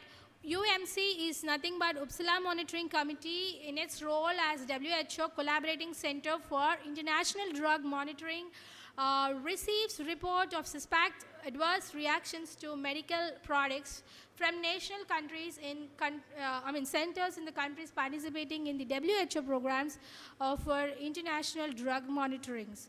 So this information is stored actually wherever this UMC is supporting, or whomever sponsors were tied up in this, the countries were tied up in this, would be supported by a database for the pharmacovigilance, which is nothing but VG base. Okay, so I request everyone to please look into the slides, because this is where I'm taking into the technical knowledge of pharmacovigilance. So I hope you would be please looking at me, only me. Okay, so yes, VG base, the WHO global database of individual case reports, individual safety case reports. I have seen in my experience, I worked as a drug safety associate, I have worked in writing up safety reports. I had submitted those safety reports for site, for hospital license, for regulatory body, and I also submitted it for a sponsor. But I never saw a picture of individual case report form. Isn't it hard for submitting every single report for a direct WHO? Or we can just submit it for Indian authority. Even Indian authority is also submitting it for it is also difficult. So this is what the upside down has turned down for COVID-19. So there, the UMC, Uppsala Monitoring Committee, has, with the help of WHO, they designed a database which is nothing but VG base, which was never in a picture before, but it was under construction from 90s, but was into the picture during only the pandemic. Okay, so there every individual, in the sense the patient itself has given all the rights to write up their own consent and submit it to the VG-based database. So I'll show you clearly how the patient has moved in. That is a time where we are not able to find even the ICU beds also, right? If a patient gets admitted in an ICU bed, the doctor would be supporting him to write up his own informed consent form, or the adverse event reporting system. There's no picture. Let's cross over India and turn on to US. Isn't US has faced so many upset situations during making the patients to standard life with oxygen, or at least with the emergency care centers? Yes or no? So there, the picture of individual case reporting system has arisen, which is nothing but ICSRs. This UMC is engaged in sharing relevant aggregate data regarding adverse drug reaction reports with the use of drugs for the treatment of COVID-19 symptoms. Okay, so this has raised, this ICSR has many interlinks with the duty doctors, nurses. Okay, in the mobile app, they used to give live online advices for the patients who are writing up these ICSRs. At present, these reviews were only descriptive in nature, no signal detections. Okay, so no signal detection in the sense no forecasting of whether there is a drug relationship or causality relationship or anything, or a judgment expert or a risk management, nothing is happening here. They're just moving on, writing up a patient concerned as safety way, right? So that is nothing but ICSR, which has been up by the UMC with WHO. And let's see, what is a medicine that we had used for COVID-19? So in many countries, doctors are giving COVID-19 drugs till now, but yes, it was not still approved for the disease. The use of this licensed medicines has been approved, but still under research. I've seen even in the CTRA website, which is nothing but Clinical Trial Registry of India, that even in January also, just 2 days before they get to know about this COVID-19 disease, one of the sponsors has tried to write up a clinical trial saying that studying the safety adverse events of the clinical trial drugs that are used, the drugs that are used for COVID-19. Such an innovative sponsor he is, who has a forecast of writing up a clinical trial very now and then with the market flow. There we had seen number of off-to-the-label drugs. The drugs that are readily available on the counter used to be prescribed. They used to come to the medicine care centers. They used to pick up the drug, over-the-counter drugs. And they used to prescribe the over-the-counter drugs for the patients just for the relief of symptoms, not for the entire treatment. Then arise lots of clinical trials. The number of research scientists, forecasting experts has written a number of clinical trials, and with a pool of patients. You know who are the patients who would be supporting those clinical trials? One answer. Who are the patients during that pandemic time who would be supporting for the clinical trial? Volunteers, healthcare volunteers. It's not like usually we see in the clinical trial healthcare workers or healthy individuals, it's not healthy individuals. But COVID-19 has developed making the one who knows the treatment only should go into the study. Aren't we risking a well professional to go into the experiments? That is so bad to hear, but still we should be brave to do that, and definitely we need to applaud all the healthcare workers who has helped even for the clinical trial study, not only being in the front line for serving all the COVID-19 warriors, but they had been at the back end, they had supported even for the clinical trials also. So that healthcare workers, just a few, like 20, 30 only we had seen for every clinical trial. But right now the number is really good with the patient stuff. But during that time we had seen only 10 to 15 for every single sponsor that has been allotted by the regulatory. So look critical it is to get the research done or to get the collected information also for us during that time. So that is where individual case reports pharmacovigilance has helped them to understand the research. Even they are dealing with the healthcare workers over there in the clinical trials. These individuals case report forms where every patient is submitted is giving them a very good importance to move on to amend the protocols, the clinical trial protocols, and develop the drug more and more potent for the site for the site activity. Okay, so let me go into detail. The use, all the healthcare workers should be aware and comply with the laws and regulations governing their practices. Further, such prescribing should be done on a case-by-case basis. Unnecessarily stocking up and creating the storage on approved medicines that are required to treat other diseases should be avoided. That is the importance that whatever drugs were on the counter, just they brushed on, they kept on only the relevant drugs that helps to reduce the side effects, which are nothing but the over-the-counter drugs, and immediately they are ready to give. Was that true? This happened, right? I'm telling the reality for you. And look into the industry, what has happened. So what is the decision would they take with this pandemic? So this is not impossible to initiate a clinical trial immediately, but only thing is legal approvals are important during the time.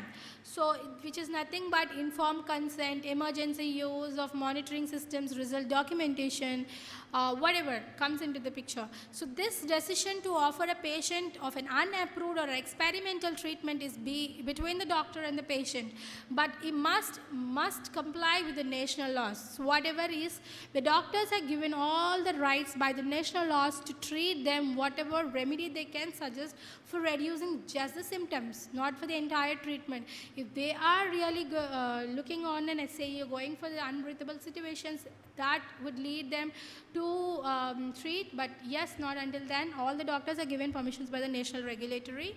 So I know the time is getting, so we'll get to know the details of this Vigibase and other databases. I'll just take a glance of it and how the covering 99% of the world's safety issues are right now. And I would like to show the insights of how a Vigi database is also lively, and we'll discuss a few things about it in post to the session. So post to the session, you'll be having the lunch. After that, I am having a small activity for you, which you can use your mobile phones. Grab your mobile phones when you come back to the room. You will be using a website, a mobile app, Mentimeter, where you'll be having an activity. Okay? So those students who gain or who secure good score in that will be awarded by CAVAXIA with a good registration bonuses as well. Okay, so let's see. I hope that session would be more interactive for us. Anything more? You can ask me questions before we leave. Any questions? Got it. So I think you're feeling hungry. So thank you so much for giving me this opportunity, and I would like to speak more on what is the COVID and what is the databases we have in pharmacovigilance, okay, and getting to know how to write up a safety report. Thank you so much.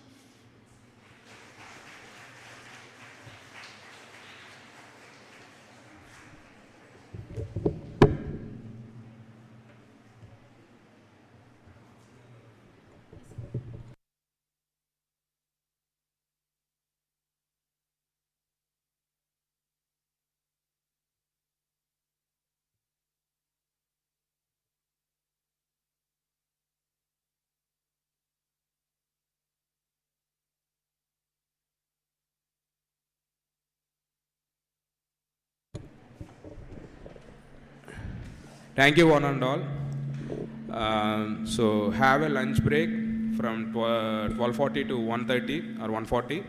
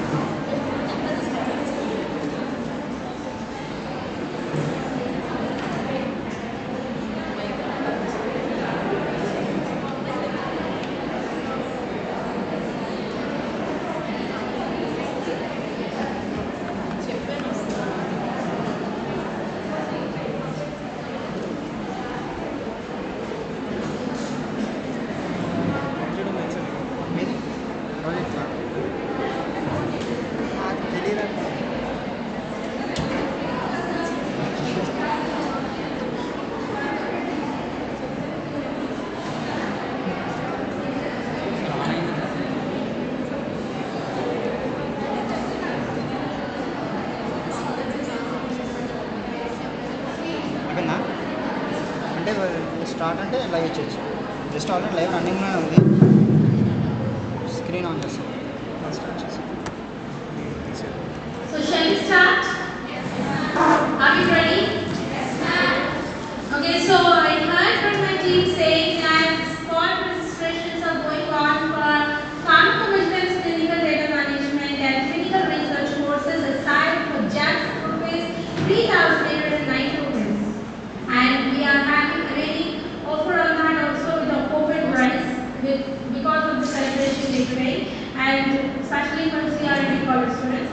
And one more thing we have is medical coding, which is having a package of training with CTC certification training, that is a global exam writing certification plus internship plus placement.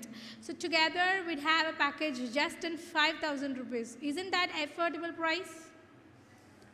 Why don't you go just grab a discussion with our student counselor, understand what is the courses we have, what are the new openings with that courses. For medical coding, if you are in right now with the batch, we are having Bangalore, we are having internships to be open, and also in Hyderabad we have placements clients to support us for medical coding.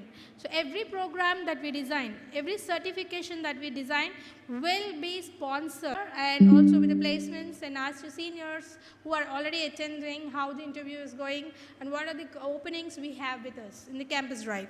So would you be ready to do a small activity with me? Are you having mobile phones with you? Are you ready to open it?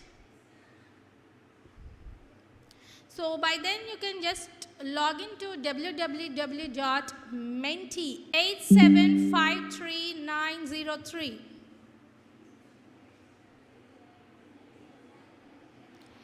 Okay, I can see one of 12 logins. 12 students has logged in with me. Yes. So code again I would like to repeat, 8753903.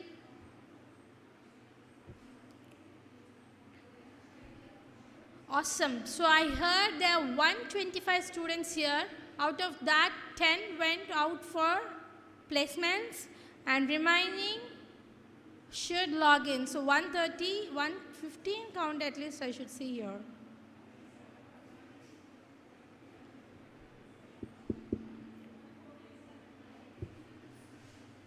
I can see 49, 50. One went again back. Who is that?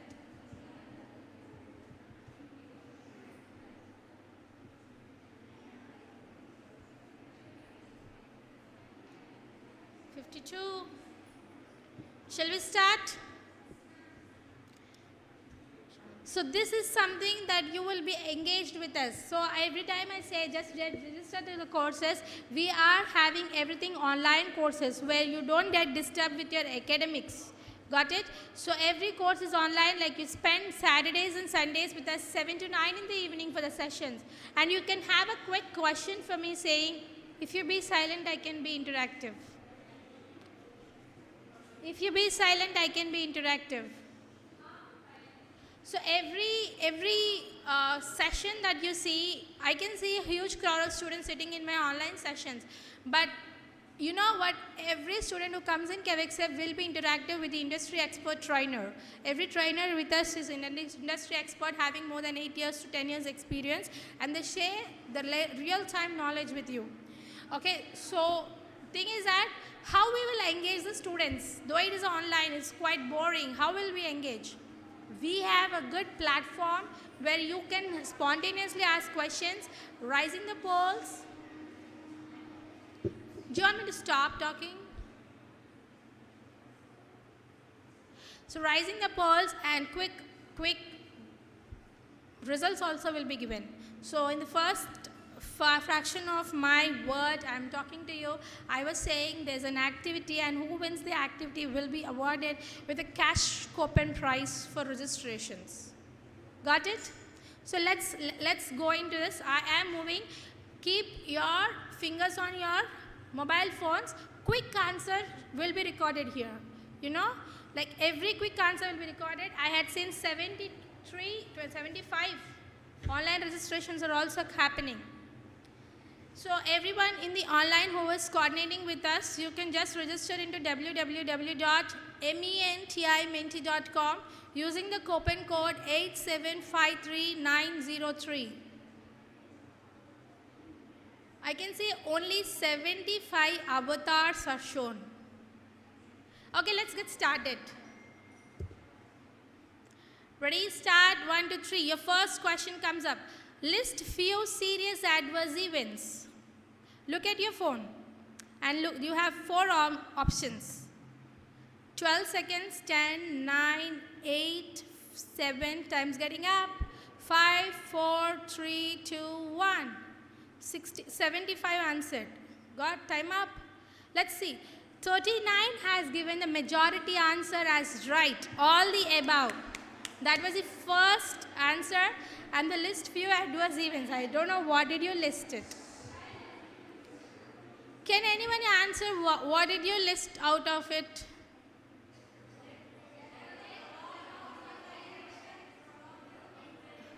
Okay. Do you know what are more left in SAE? Who are not answered here?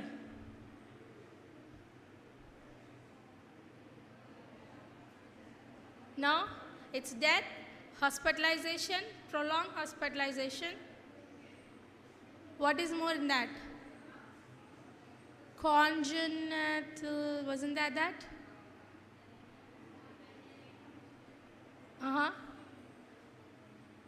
Passing to generations.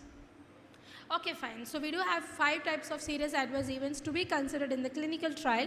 So we'll go in detail. If you get registered for the courses, you'll get to know more in that. So next question. Isn't this funny? Good. Let's move on to the next question. Ready? So let's see the leaderboard. I forgot talking about. Who is the first winner of this question? Prashant. Prashant. Who is it?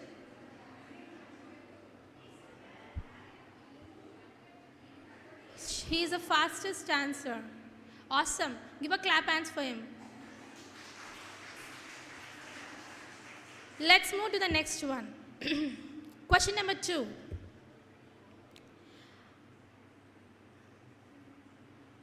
How many clinical trial phases are there? 4, 5, 6, 3. Time's getting up. 10 seconds, 9 seconds, 8, 7, 6, 5, 4, 3, 2, 1. Everyone voted? System itself stopped tracking the time. Awesome with CR Reddy College students. So it's 6 and everybody gave a correct answer, most certainly. 6 phases of clinical trial because you heard my lecture. Thumbs up, let's celebrate this. Now let's go, move on. Let's see the leaderboard who gave up a right answer. Let's see Prashant comes again.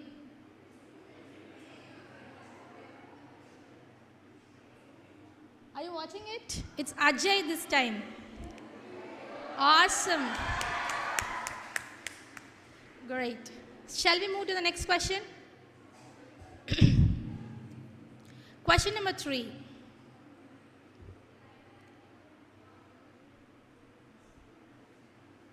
Full form of CDM.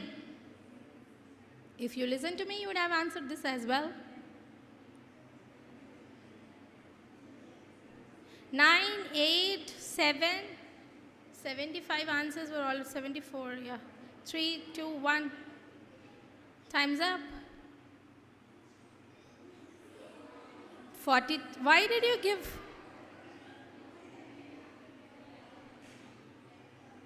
Why did you give a wrong answer? 32 of them. So let's see the leaderboard. Who gave out the right answer?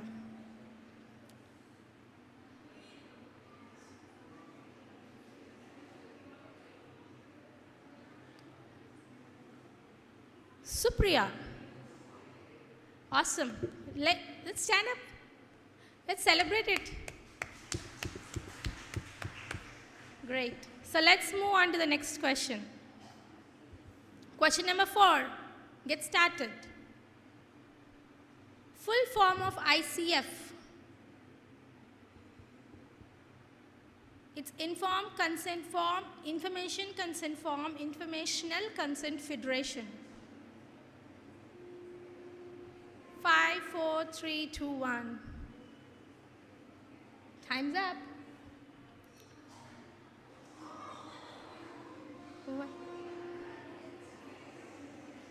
What is the difference between inform and information? Let's know that first. Inform is something we are telling up something to the patient. Information is we are taking up from that patient. And you are saying informed consent form is something a patient who is willing to take up a clinical trial will sign it. We discussed it previously also. Right? So let's see who is in the leaderboard.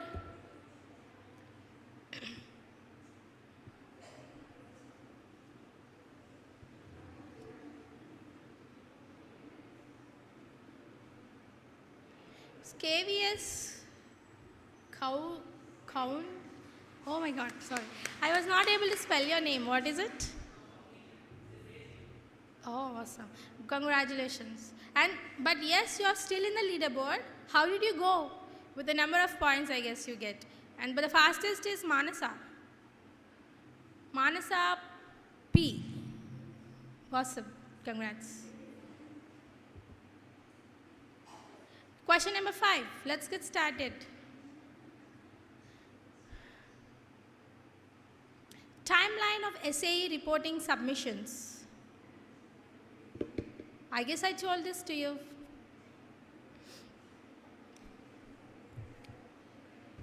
7, 6, 5, 4, 3, 2, 1.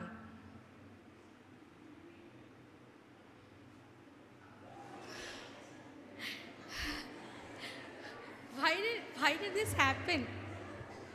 Why? Who imagined? Oh, I think this is a pandemic turnover for giving 48 hours of timeline. Maybe that patient may get virus in between before he goes and submit it to the regulatory affairs. Okay, so this is 24 hours, but 48 hours is also a valid answer that we do it for medical devices. Okay, Ayurvedic, medical devices, or whatever, like out of notifications, we have different classes in that again, class A, class B, class C. So those submissions all goes under 48 hours, but relevant for the drugs, okay, it goes only for 24 hours. Who is in the leaderboard?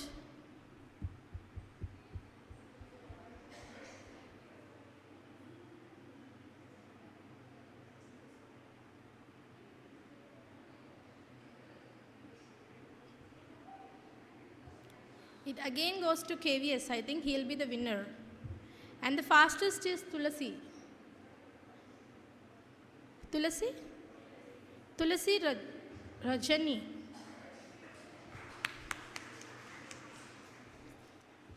So let's go to the next question. Question number 6.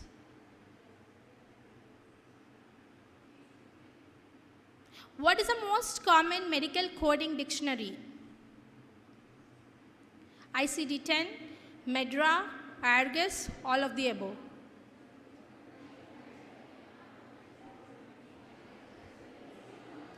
Two, one.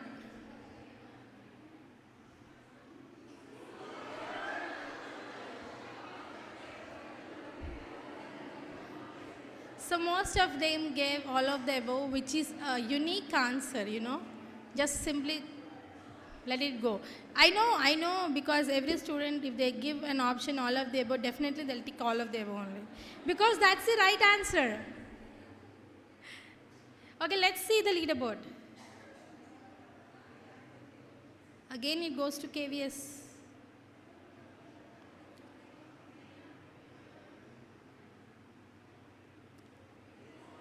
KVS. Are you playing? Are you answering? Okay. How you are balancing it? So the fastest is Krishna Gayatri.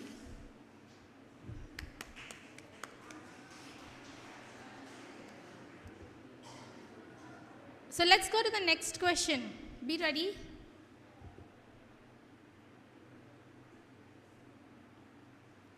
Select answer. You can look at the aim of pharmacovigilance here.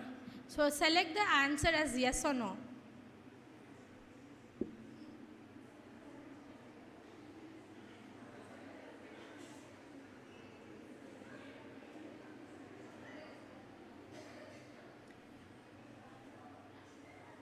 Who is that two others who gave up no answer?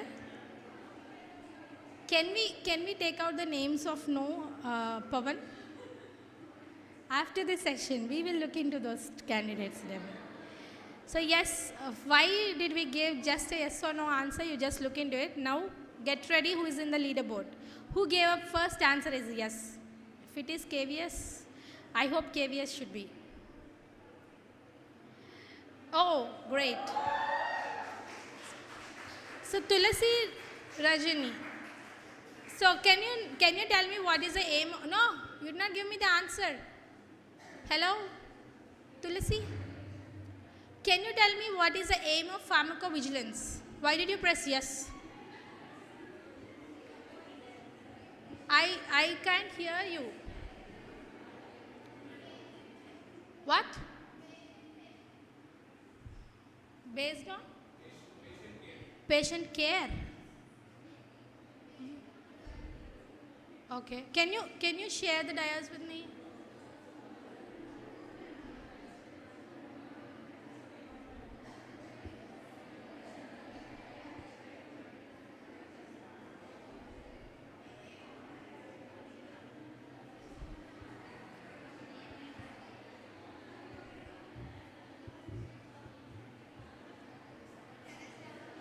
Yes, you can start speaking. Research. Research.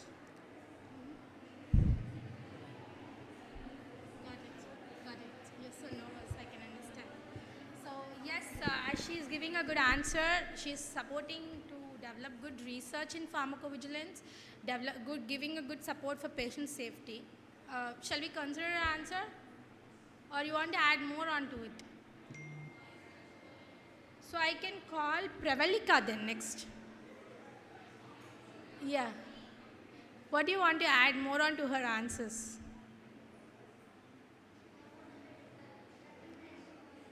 Drug interaction. Okay, risk-based management.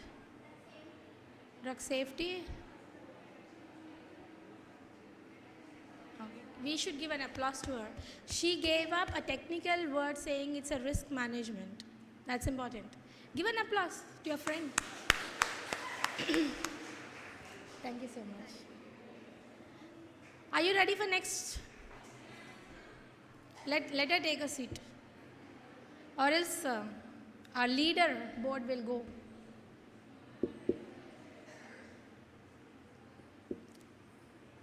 What happened, KVS? You're not using your mobile phone now? You're in the third position. Okay, let's get started. Question number 8.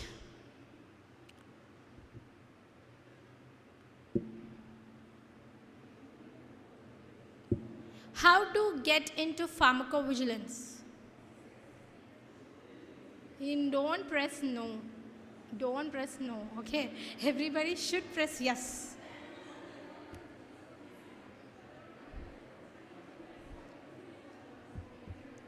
Who is at 7?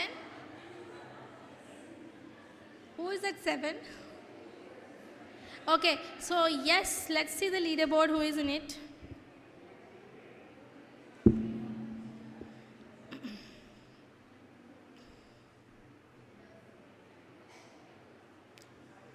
Fastest is Supriya, Nalla.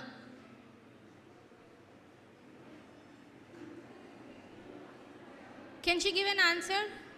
What is the question? How to get into pharmacovigilance?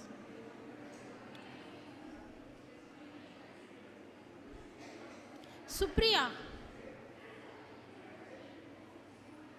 How to get into pharmacovigilance?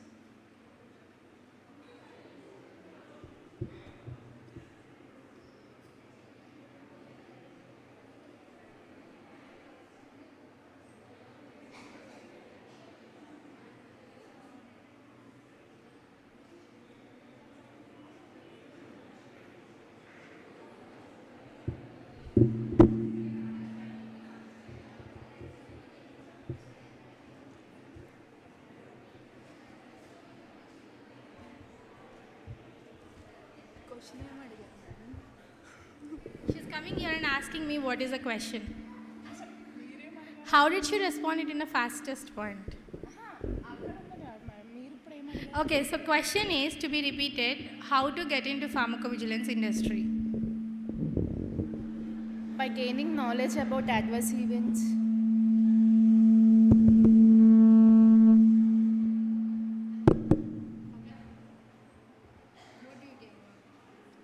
Adverse effects. By doing internship, we gain knowledge about adverse effects. So by doing internship, you'll be getting to know what is the adverse event, and then you'll get into the pharmacovigilance. We can get more knowledge about adverse events in internship. Where do you get that knowledge? By seeing prescription, we can know adverse effects. Thing is that I'm not asking about the administration work. I'm asking you about how to get into that career. Getting certified. by doing pharmacovigilance courses. By doing pharmacovigilance courses, we can get into pharmacovigilance. That is it. Thank you so much. Shall we go for the next question? Question number 9.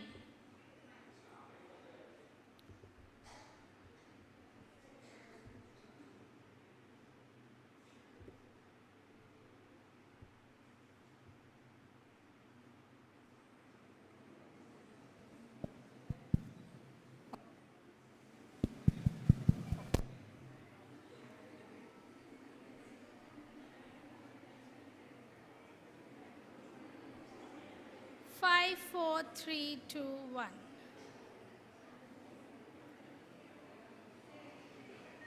I should respect those candidates who are pressing no. So out of 86 students, no was the option only 2 who don't want to go for pharmacovigilance. Was that the answer? So the question is, what are the jobs you are seeing over there? Can anybody stand up and tell me, like, what is the inspiration? Which job you would like to choose? And what is your aim in pharmacovigilance if you choose this as a career? So I'll see the leaderboard.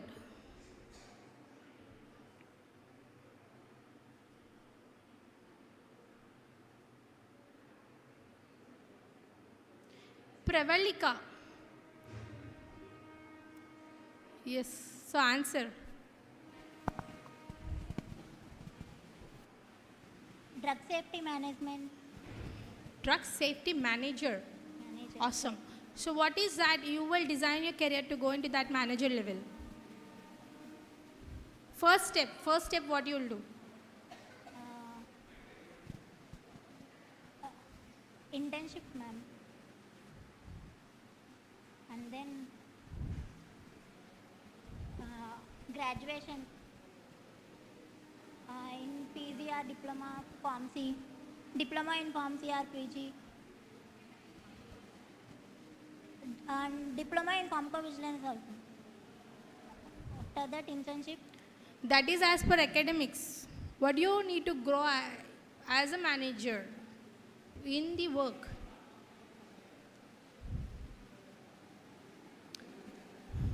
Okay. Shall I help you? Oh. No? Okay, so thing is that first step, if you want to select that as a job career, drug safety manager. So first step you need to go is, during your academics, if you take up a graduation certificate, a professional certification in pharmacovigilance, go through the internship or not internship, whatever, like your selection through the career is. Ready to relocate, go for a good company who is having a good pharmacovigilance projects with them. Okay, so then pick up a coordinator or a drug safety associate or a triage or whatever the entry level position the company is having, or pharmacovigilance 1 specialist, 1, 2, okay. So then you can move on to the next level, you will be the team lead. For that, you need to have 1,000 work hours. You need to go for a team lead. Okay, then you would be going into the manager. Got it? Okay, ma'am. Thank you. You're welcome. And let's go for the next question. Question number 10.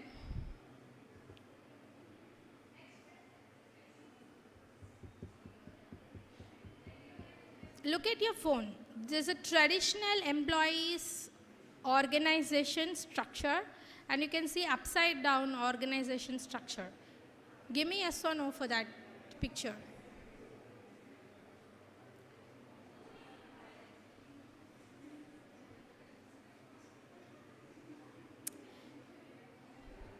Okay, with the 70 quick answers, let's see the leaderboard and who will be answering this question.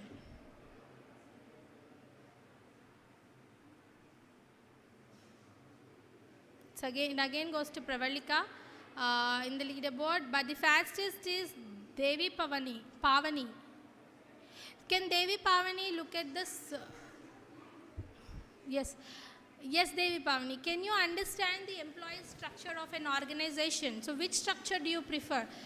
a manager being down supporting all the employees, or a manager being on top and demonstrating the work to all the employees? Manager kindundi support cheyaలి. What? See, that is the entire your ideology or the entrepreneur level you will be thinking on for that. You don't need to collectively say the answers from the group. Just think and answer it. So somebody who once in the morning said they want to do MBA. Who is it?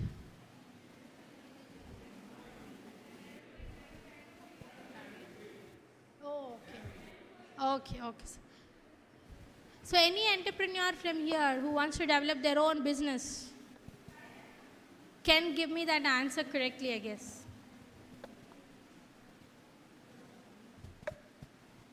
Yes, please, you have an answer, you can. Managers should support their staff and should demand them to work also. Okay, so he should be down or up? Down? Down. Good answer.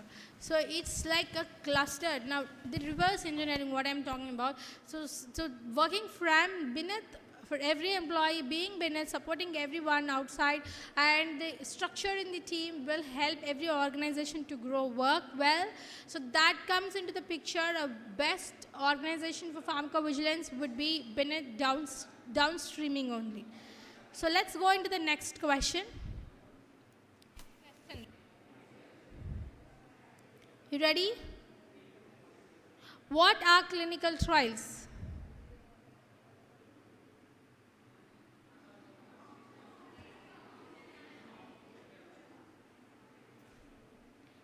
No options. Isn't you surprised of it? 1, time's up. So what is option 1? Who gave 58 answers? All went wrong. Okay, so none of the option is correct here because there's no option. So let's see what's the leaderboard. And a blank statement should be given to a person who is in the leaderboard. Should answer it. What are clinical trials? I know it's a descriptive answer and you cannot text it, right? Yes, the leaderboard is this. Pravalika again. Answer, what is clinical trials?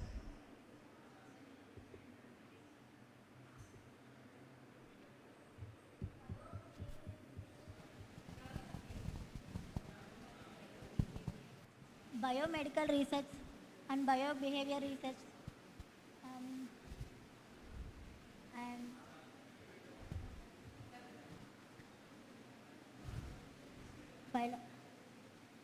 it's a science which helps in drug development, right? So to perform experiments on the human bodies. You can, I just gave just bits and bits, you can frame it out. preventing and screening them. Okay.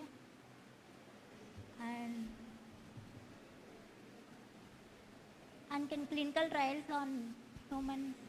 Okay. So I hope you can get to know more about clinical trials, Yes, to a statement, to a definition of it.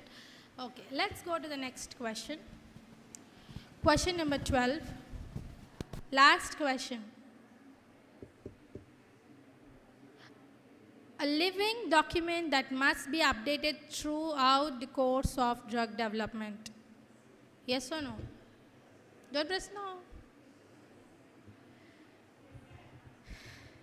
5, 4, 3, 2, 1.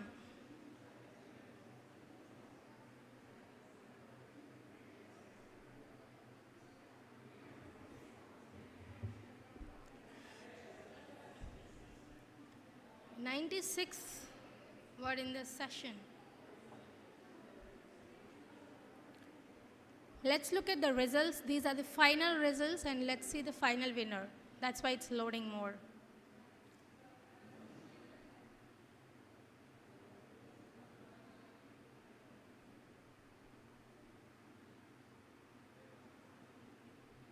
Congratulations, Pravalika. So you are the winner, and we are happy to see you. Answering to every question what we had organized, and looking forward for you to be registered to the courses in CAVAXIA, going ahead with price cashback offer in that. Okay. Thank you so much for participating in this session. So shall we get started on how to write up a Seoms letter? Okay, hands-on practice.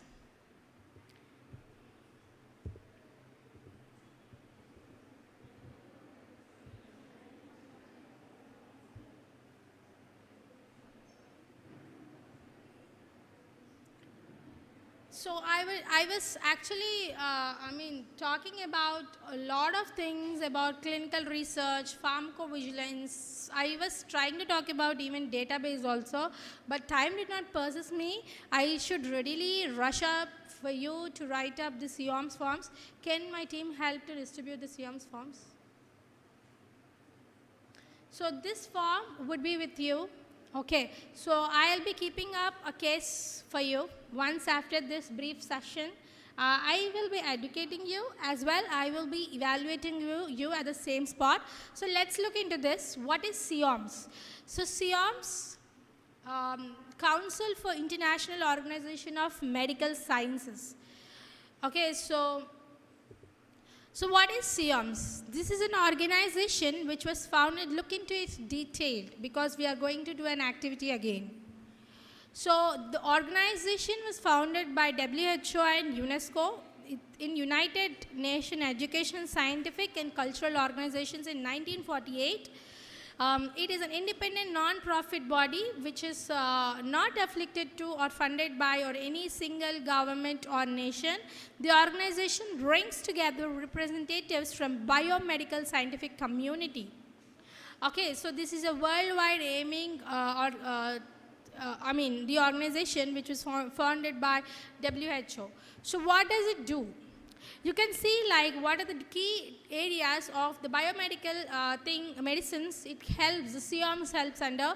One is it helps for bioethics, second one is it helps for health, policy, ethics, human values, international dialogue, and also it helps for drug development and use, and next one is international nomenclature of diseases.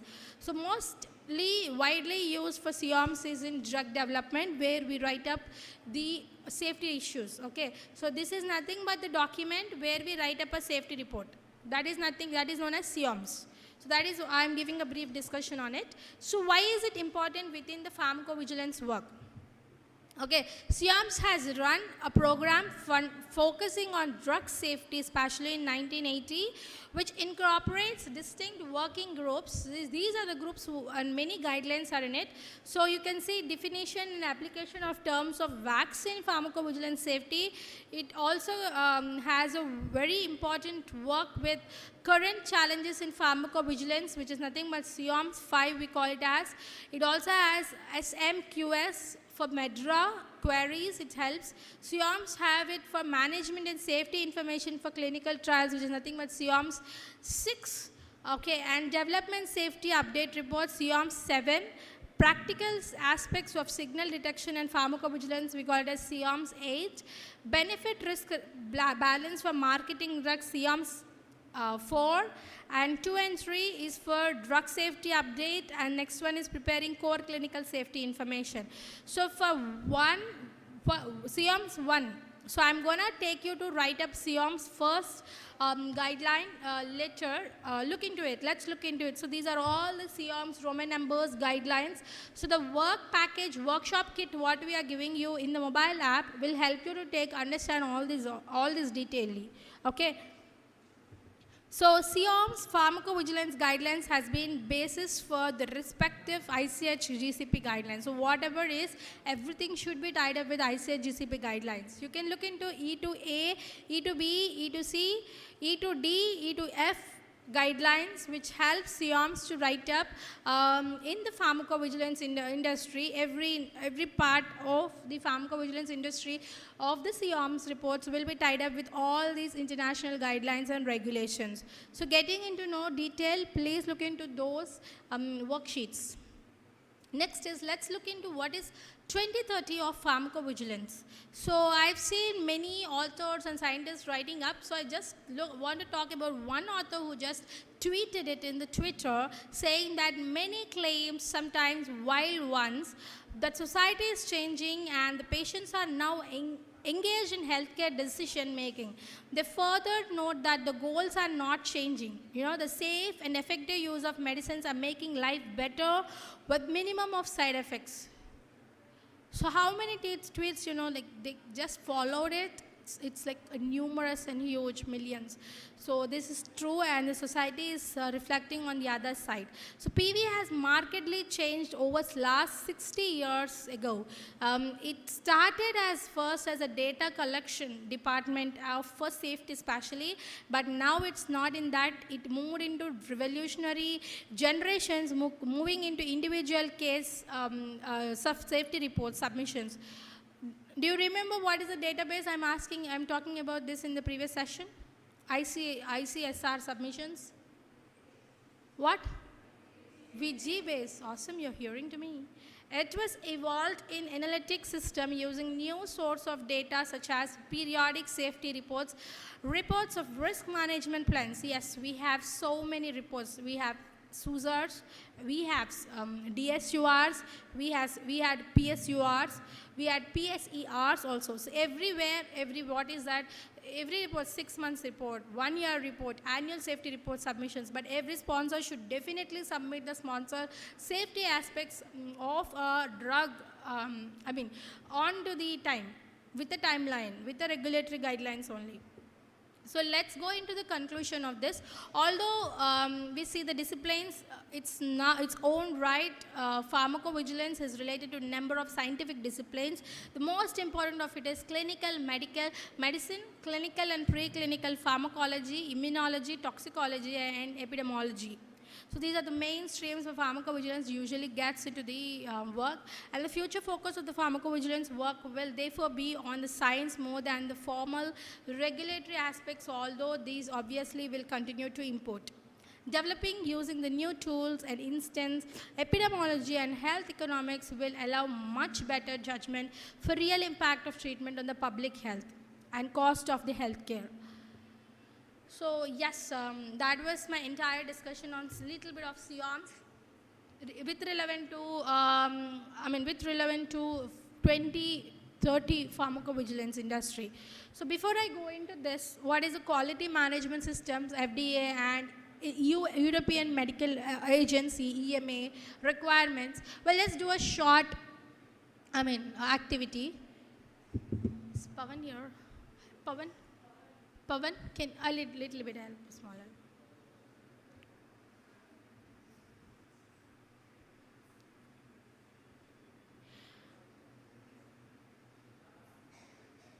Can you just put this on the screen?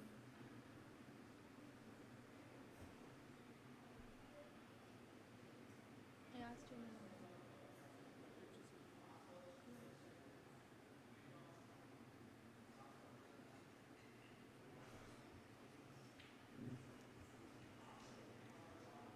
So you can log into Menti again. So to look at the case study that I am giving you.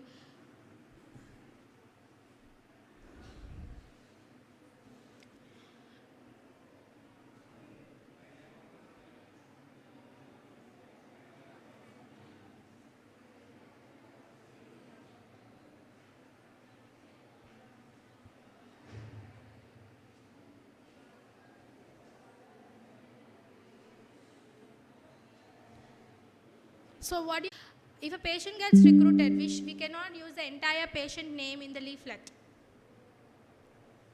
Entire patient form in the leaflet. Only thing we use is patient initials, first and last. For example, I am Karishma Rambila. Okay, I'll be using K and R. That's it. So let me write here, K and R. Okay, so that is my patient information that I am giving in the clinical trial. Do you answer, can anybody answer why should I not give entire my name to the clinical trial? Why, what is, yes please.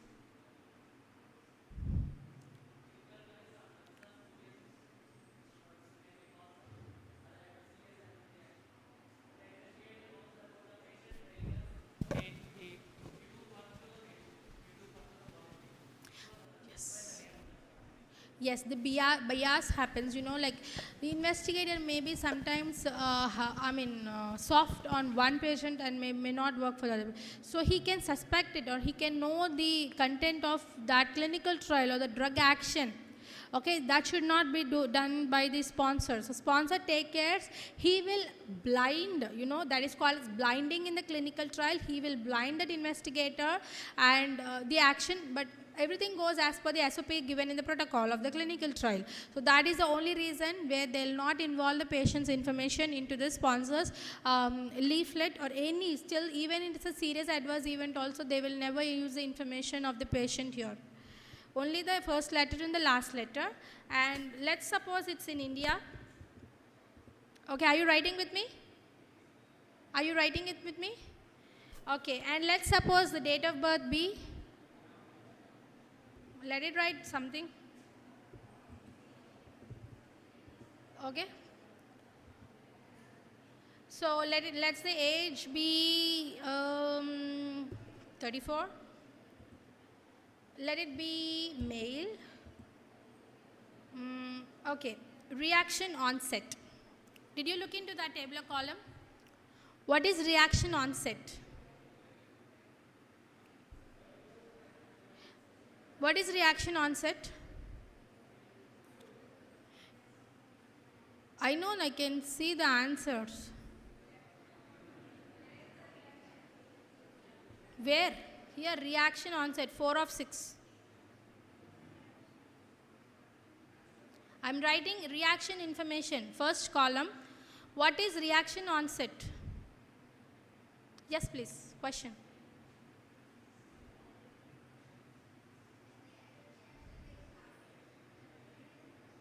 Yes, the start date of the adverse event should be recorded. That is important. So, though the patient comes today for me, but the patient is having an adverse event 2 days back, what should we write then? Today or day before? Today. Yes, so onset, the reaction onset date. So, let's write it, today it's 23rd. So, let me consider it as 20 the date. Date, 7 month, it's 2022. Sorry.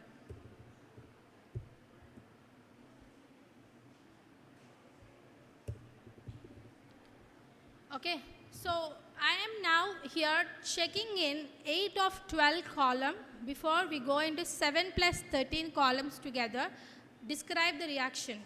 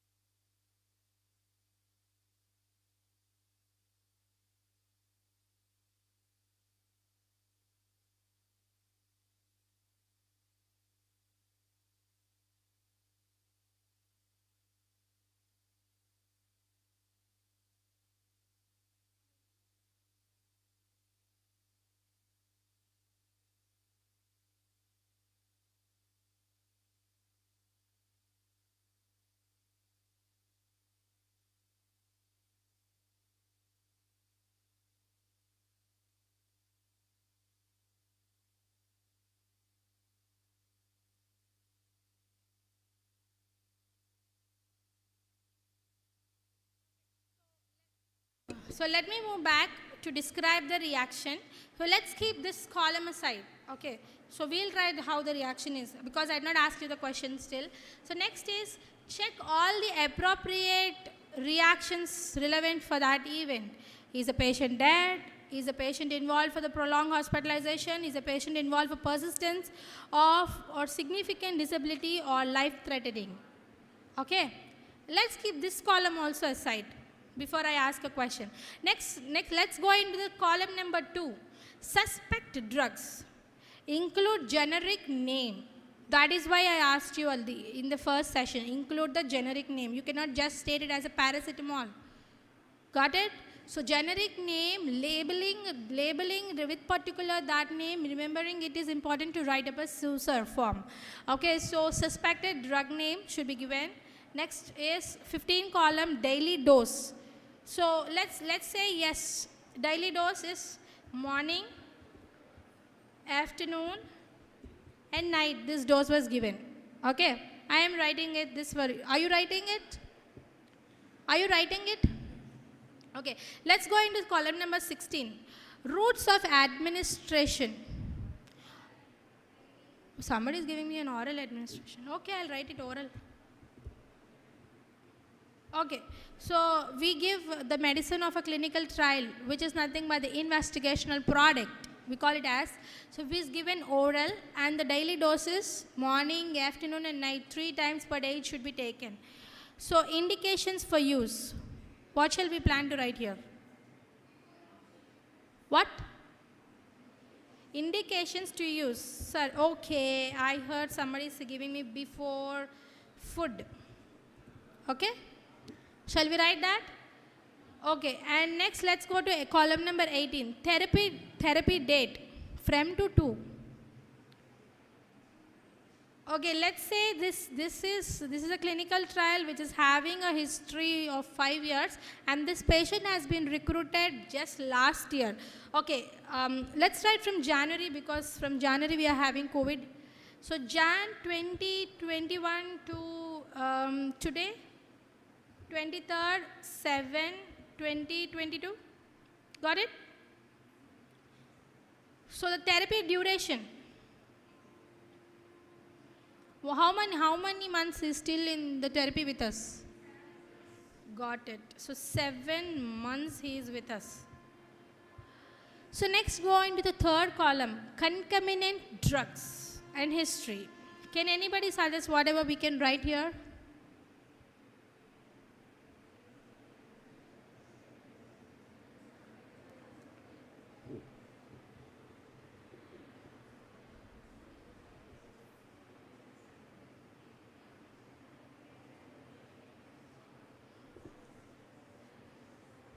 What?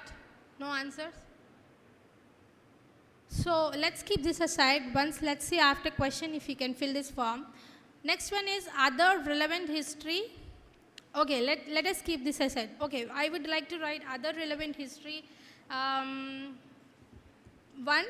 patient is having neurodegenerative disorder.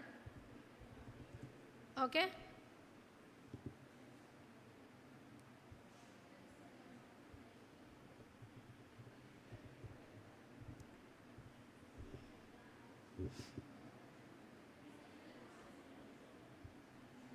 Okay, it's accepting me.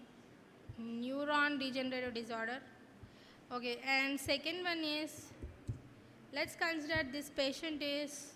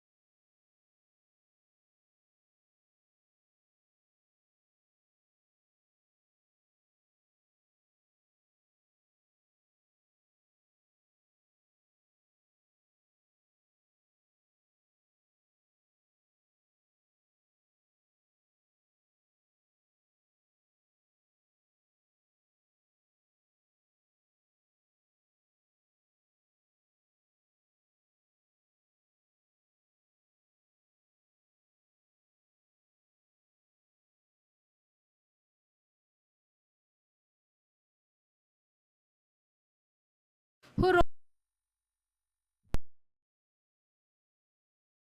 study in the sense clinical trial in charge, or the literature person who is nothing but this PV judgment expert who is writing up. So 3 persons will be writing up. One is investigator, second one is the sponsors team, pharmacovigilance team, third one is the experts will be writing up this Seoms form.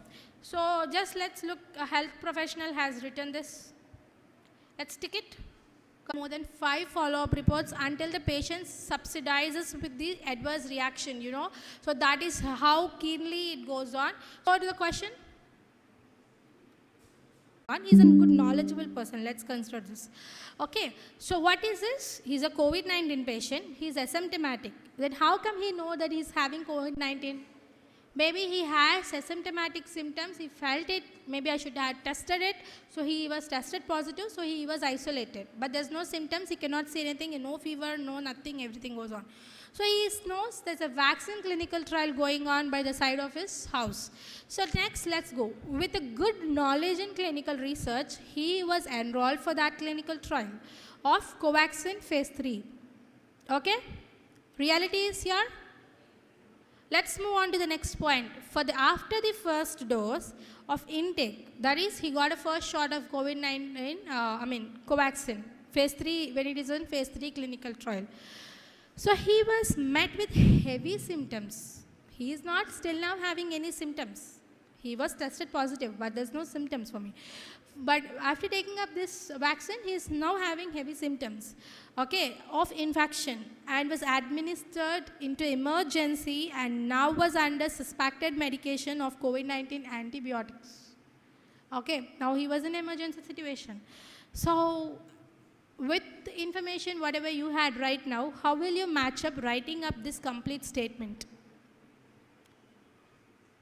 He was a patient, he was a false patient actually, who was not having any medication, okay. But in that, what we had given in the history, the patient is having neurodegenerative disorder and he is having surgery to the nose, okay. But in fact, he was not having any symptoms. So he took up a COVID-19 shot. He was worried. He was having good knowledge in clinical trials, so he himself voluntarily gave up the consent without information of anyone. He went up, he took up the shot. He was now having heavy symptoms. He was in an emergency. What should we do now? Is it an SAE? If it is an SAE, should be suspected or a non-suspected SAE? Means, what suspected SAE is something which is already written in the protocol of a clinical trial. Non-suspected is which is not outside protocol. Okay, so should we suspect or it not suspected? Or if so suspected, what is the causal relationship? Can you write up that column which we left over? Let's answer these questions later.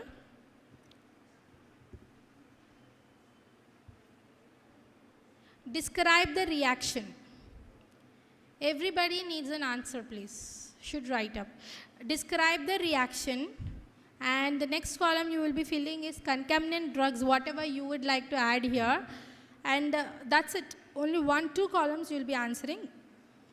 You can also write 14th column. So columns that will be given to you is 7 to 13, 18 to 12, okay, 14, 22, other columns you will be writing.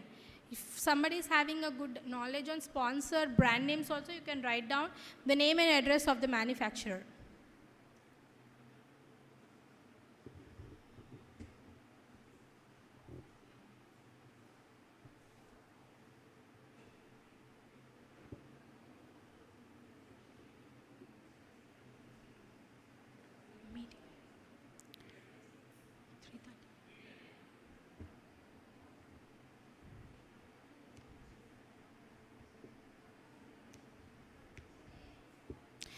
Do you want me to repeat? Repeat? Okay. So, repeat the question or repeat the columns? So, thing is that, see, clearly you are having a person who is not having any issues with the COVID virus, but he was not in medication, but he was isolated. That's it. He was not mixing up also. He took up a vaccine shot and was now affecting with all the symptoms. He was having prior neurodegenerative disorder, and also he was having a nose surgery. Now he was in an ICU or emergency. Now he was in COVID-19 antibiotics. So what should you write here? Thing is that how narratively you will plan this event. Example, as I'm talking, you always like, why should the patients come and talk this serious adverse event to the doctor? You should be the first person to get to know, and that if you get to know the serious adverse event, how do you narrate it? That is a workshop entirely here. You know, like the reality you are getting into is important. So how will you narrate now for me to write up this drug reaction or describe the reaction that has performed? You can do illusions. Something has happened for him. That's why basically vaccine doesn't have any reactions. Okay. Maybe that reaction made him to a false. That is also a non-symptomatic person. Whatever you want to write, you can write it. So for that, you can give me suspected drugs also. What are the drugs you are relevantly asking him to take for that treatment to reduce that SAE?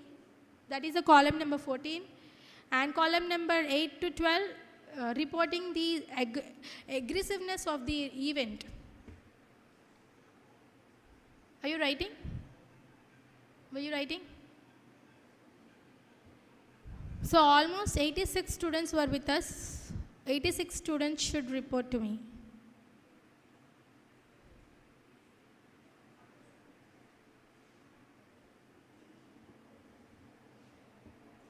You can write lab test also. Test reports with the values. Somebody is having a very good narrative skill. We call them as narrative writers, you know, who will write up this particular concerns.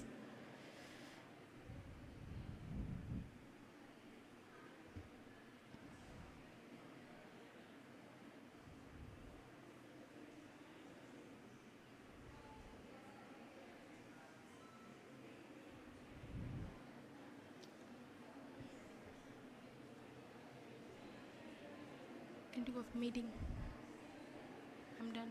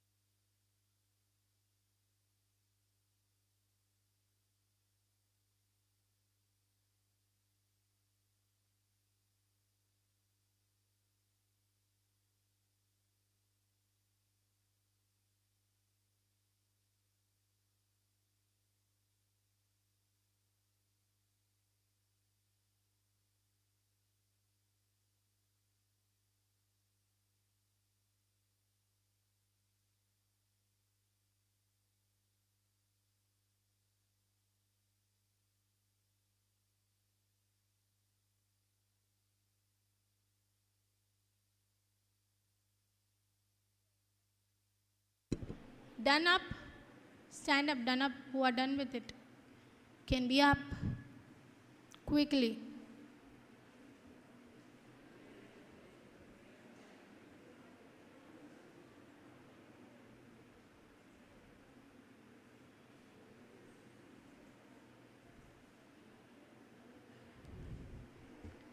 So here's a subject, here's a paper who will evaluate you, your drugs to be prescribed as a pharmacist, your narrative writing skills as a pharmacist, your listening capacity of a serious adverse event to be reported.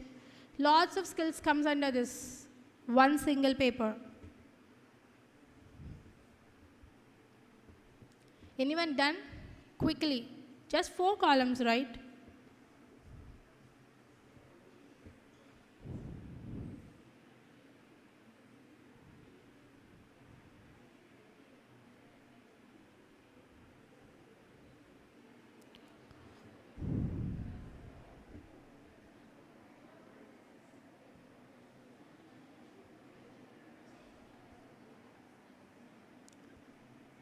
Any questions you can ask me. If you have any questions when you're writing it up.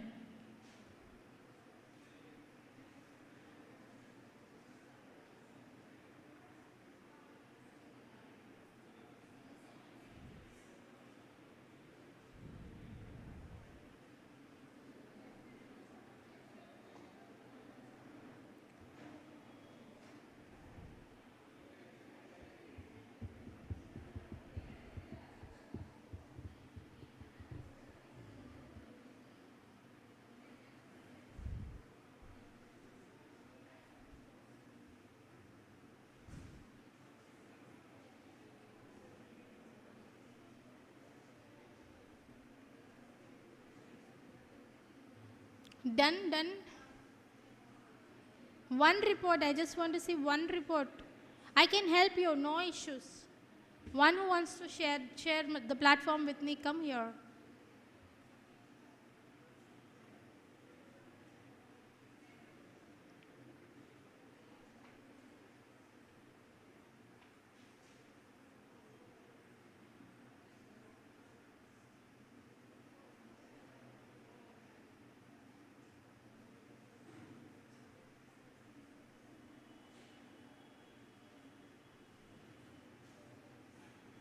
Done.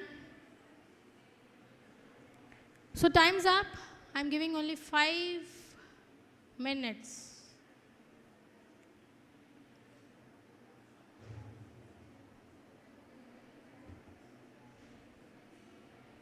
Yes, come on, come up.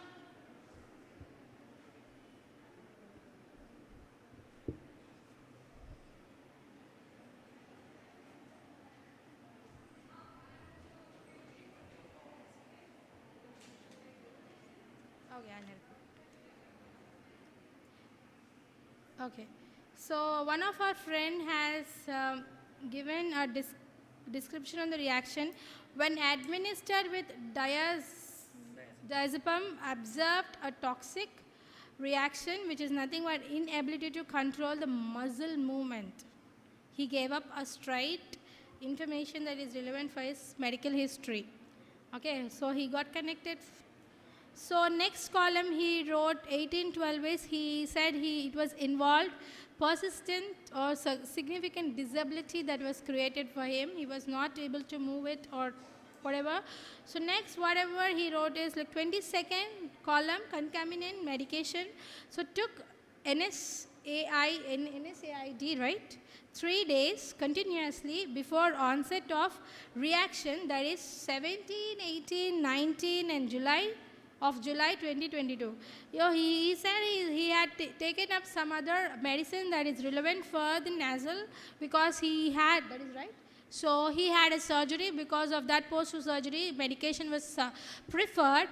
So for that purpose he wrote it in concomitant medication. Awesome. So this is how the report is reported. This is a fresher profile writing up a Seoms form, like this is what the industry expects outside. Every graduate who is done should be relevant to write up this serious adverse event reports. Then they will definitely develop pharmacovigilance reporting systems changes, like ICSRs, what is coming, a friend. Hope everybody will log in to download those softwares also. I will show you definitely. I was not rushing it, but still, yes, this is really good. I need, a clap hands for him. Thank you so much. That was a very, very good Seoms form to be written. As a pharmacist, he wrote, as a doctor, can develop that. Okay, he just gave a brief points on whatever he is prescribed. As a pharmacist, that's a pharmacist Seoms. But when it comes to the investigator again narratively writes, a person came to me. Okay, his friend, he was not able to talk at least, to breathe at least. So that is how a doctor narrates every single time. So today it's Saturday. Yesterday I heard a statement over the call from his patient relatives saying that he was not able to breathe in. So then I asked him to come to my chamber looking for an OP. What happened? Then I just cross-checked. He was having some issue when he took up a vaccine. I was not aware of it. Okay, and suddenly he was trying to inhale something, a strong perfume thing. He was not able to breathe in properly. So if that comes to the picture of a doctor, he will look from his side and he will write it up narratively, right? But that was a pharmacist resume. That is my thumbline. I am successful today. That every pharmacist even can develop a Seoms form, right? I'm so happy for you. Any more? I'm rushing out for another meeting. Can you please help me to close it?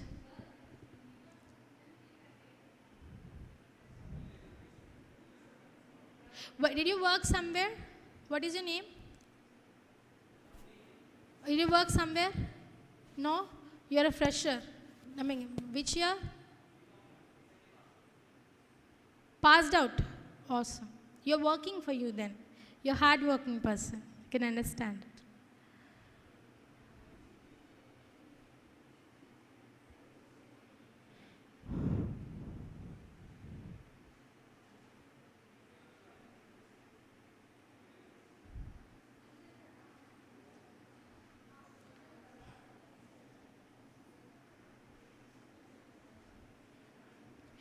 So I was requesting you for one more, Susar.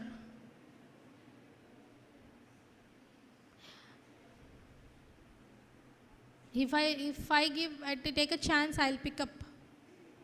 Shall I pick up?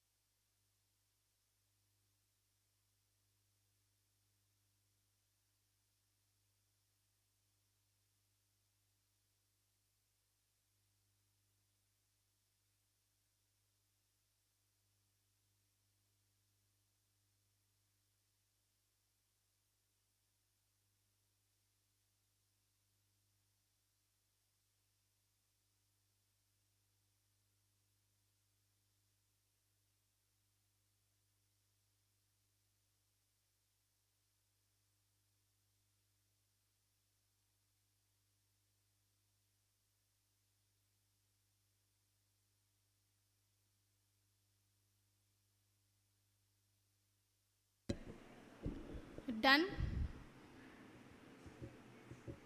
Not yet.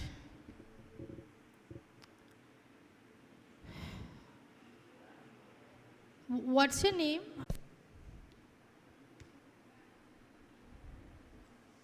You can stand here 1 minute.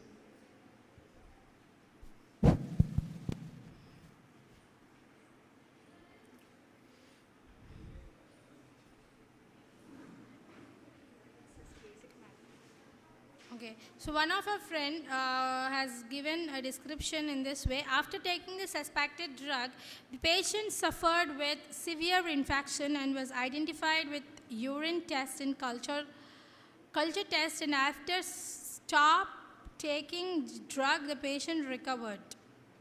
Oh, she subsidized the event also, and she's saying this was just a hospitalization event, and it's a hospitalization event, and she suggested few drugs, which is nothing but Entrocort EC and concomitant medication. Okay. So yes, she was saying that the patient is just having infection that was through the urine test they detected, and they get to know, and the drug was given which she prescribed, and it was subsidized. That's a report. Is good to see this type of report also. Applause for her. Another report.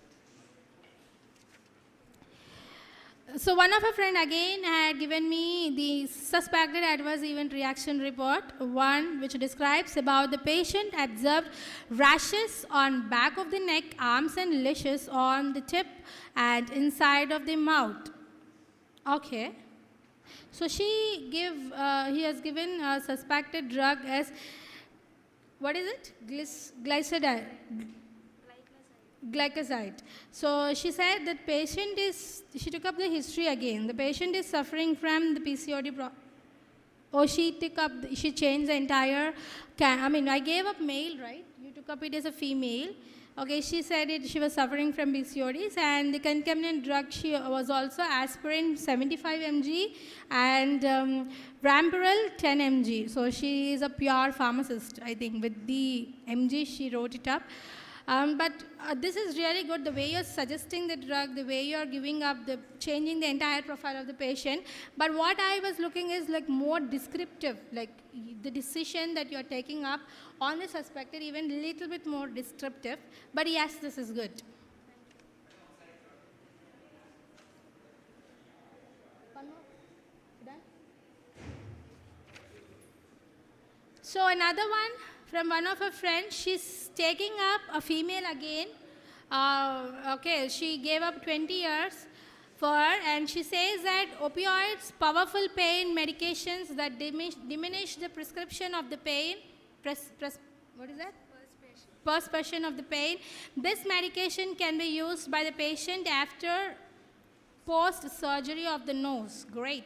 So opioids include like, what is it? Fentanyl, morphine. So opioid used at a high doses can suppress the immune system, which causes the COVID-19 more serious. Awesome. So this is a wonderful narrative writing skill set she has. So she was taking up an entire, patients till this post-surgery, the medication, what had led him, what did she perform, what the pain medication she gave it. And she is giving a suggestion of the drug is fentanyl and morphine, right? Great. So this is on also, this particular document is having good pharmaceutical skills plus narrative skills. But concomitant medication, little bit you need to more grow on the Seoms form. Try to write up, practice so that you can get in more. Yes, give a thumbs up for her. So I hope you understood by now what is the importance of your pharmaceutical degrees, where you can use it in another way, not on the routine traditional practices that you have. So this is a live platform where we had seen a clinical trial, reporting systems, we had spoke guidelines, we had seen how to write up this. This is just a short course, okay? This is not entirely what we are coming out with pharmacovigilance, but you add a lot more to get to know what is pharmacovigilance, right from databases. I just gave you about VG-base, but I did not show you about what is VG-base looks like. I have, but I'm not still time up. One day we'll definitely try to look forward for an online webinar with me, especially sit with you and complete all the leftover things for me. And also we do have more mobile applications in that, where government has developed even free websites, which is nothing, PVPAI. You can look into that if you had mobile. You can download it. PVPAI is a pharmacovigilance adverse event reporting mobile application for every patient. So here the patient has been turned into the revolution, writing up their own adverse event which is happening outside India. Okay, so that's in trying to incorporate. They just need to download, keep the patient report, mail it to the regulator directly. Direct to the regulatory body.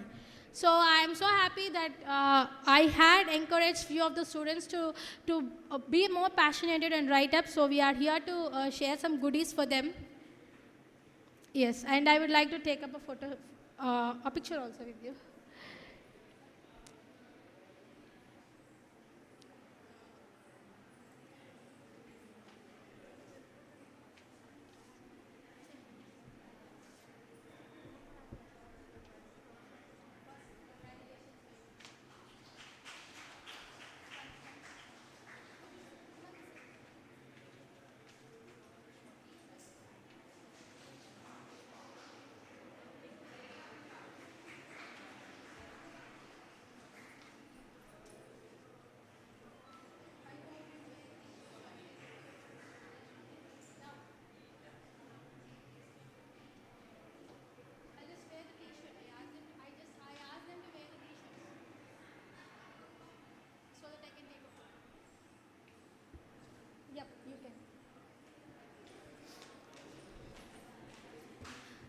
So end of the session, I would like to conclude saying that I was trying to ping up my HR team also, but certainly they were so busy.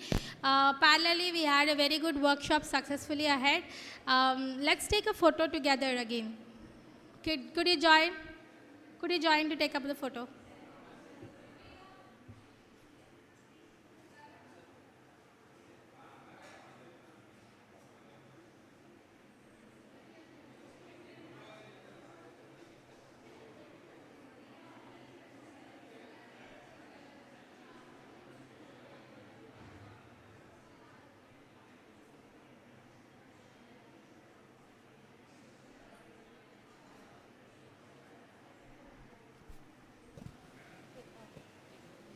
Call out the names, sir.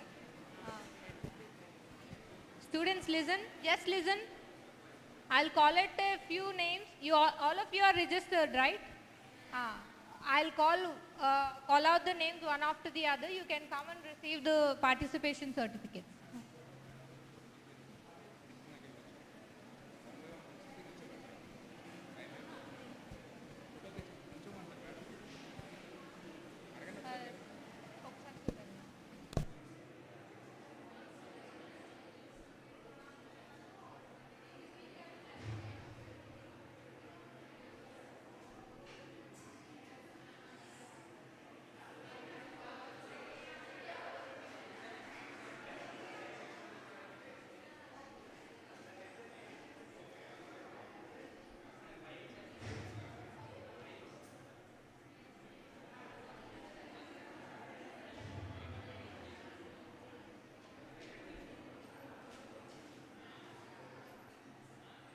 Listen to the names I am calling. MKH Sharif. Sharif.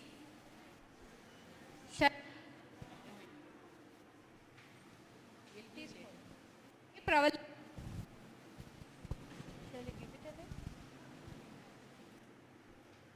K. Shanti.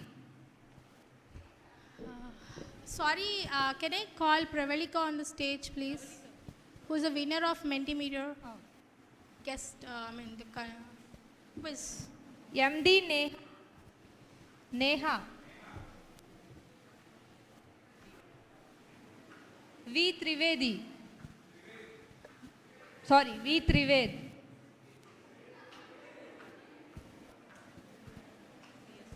CSN Likita. CSN Likita. M. Manoj Kumar. M. Manoj Kumar. M. Manoj Kumar. Ma.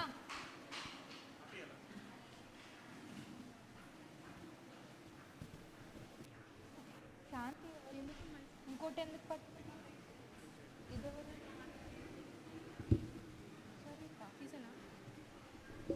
శాంతి తీసుకోండి సరే ఒక పెట్టండి Sai Pravallika KC Sri Sairaj K Poorna ISLK Rajesh M Munna Tirumala Naik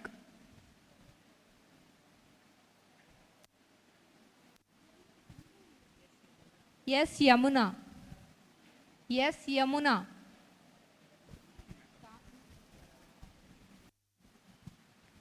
Y. Hemant Kumar. U. Rachel. Hemant Kumar. Y. Hemant Kumar. U. Rachel. U. Rachel. CH Paniteja. K. Suvarchala.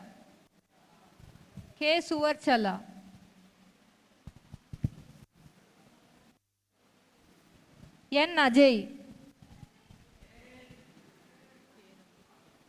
K. Ramyasri.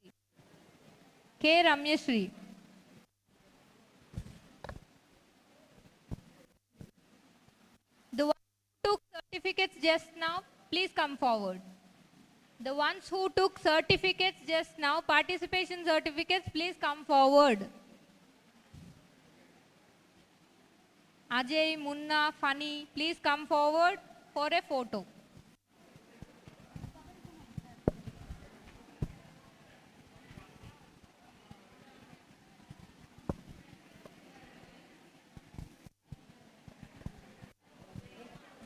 Quick.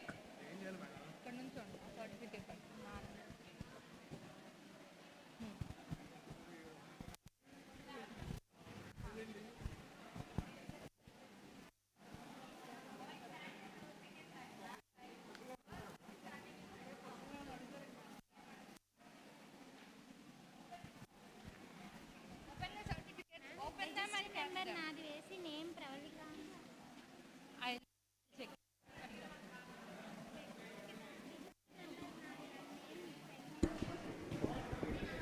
Sir, Vinay sir, I request you to please be here with us sharing the photo. We feel happy for you as well to be here.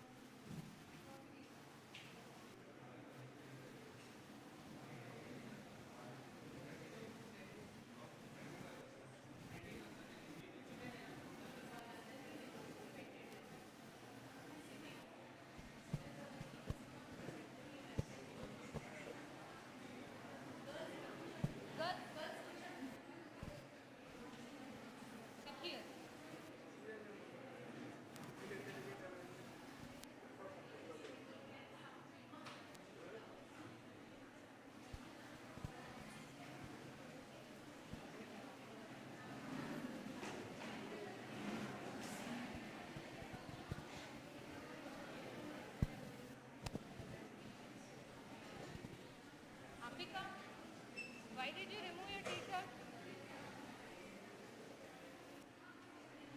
Put on them again.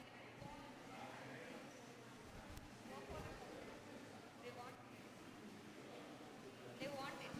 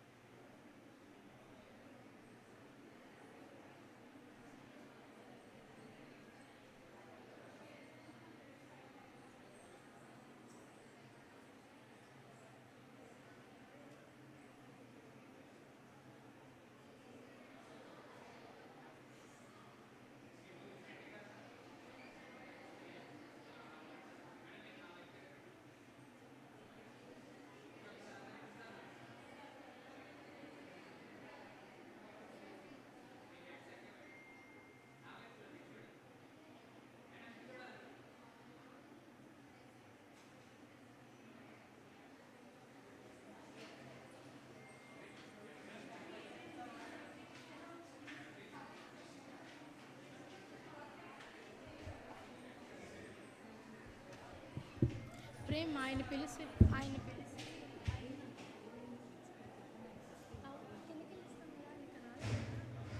అదే చెప్తున్నా.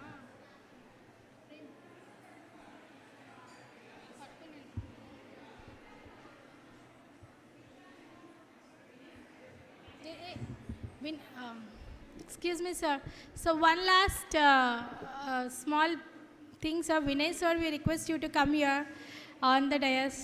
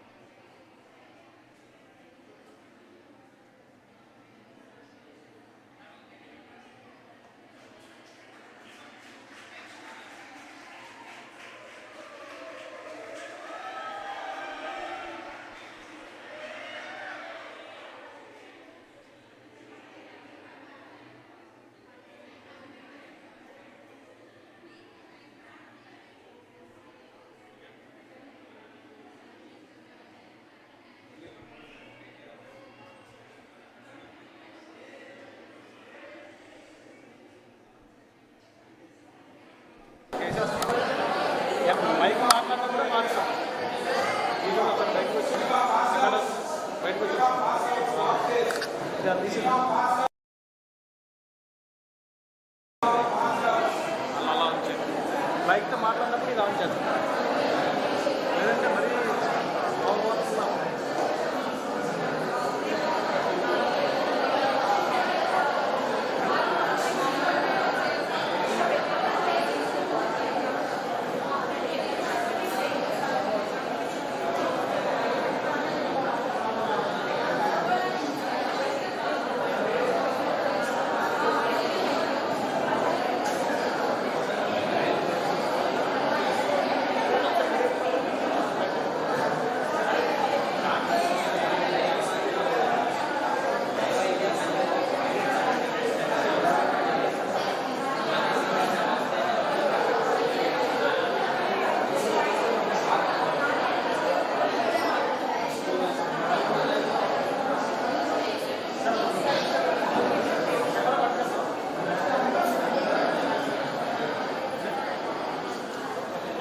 తెచ్చుకుంటావా?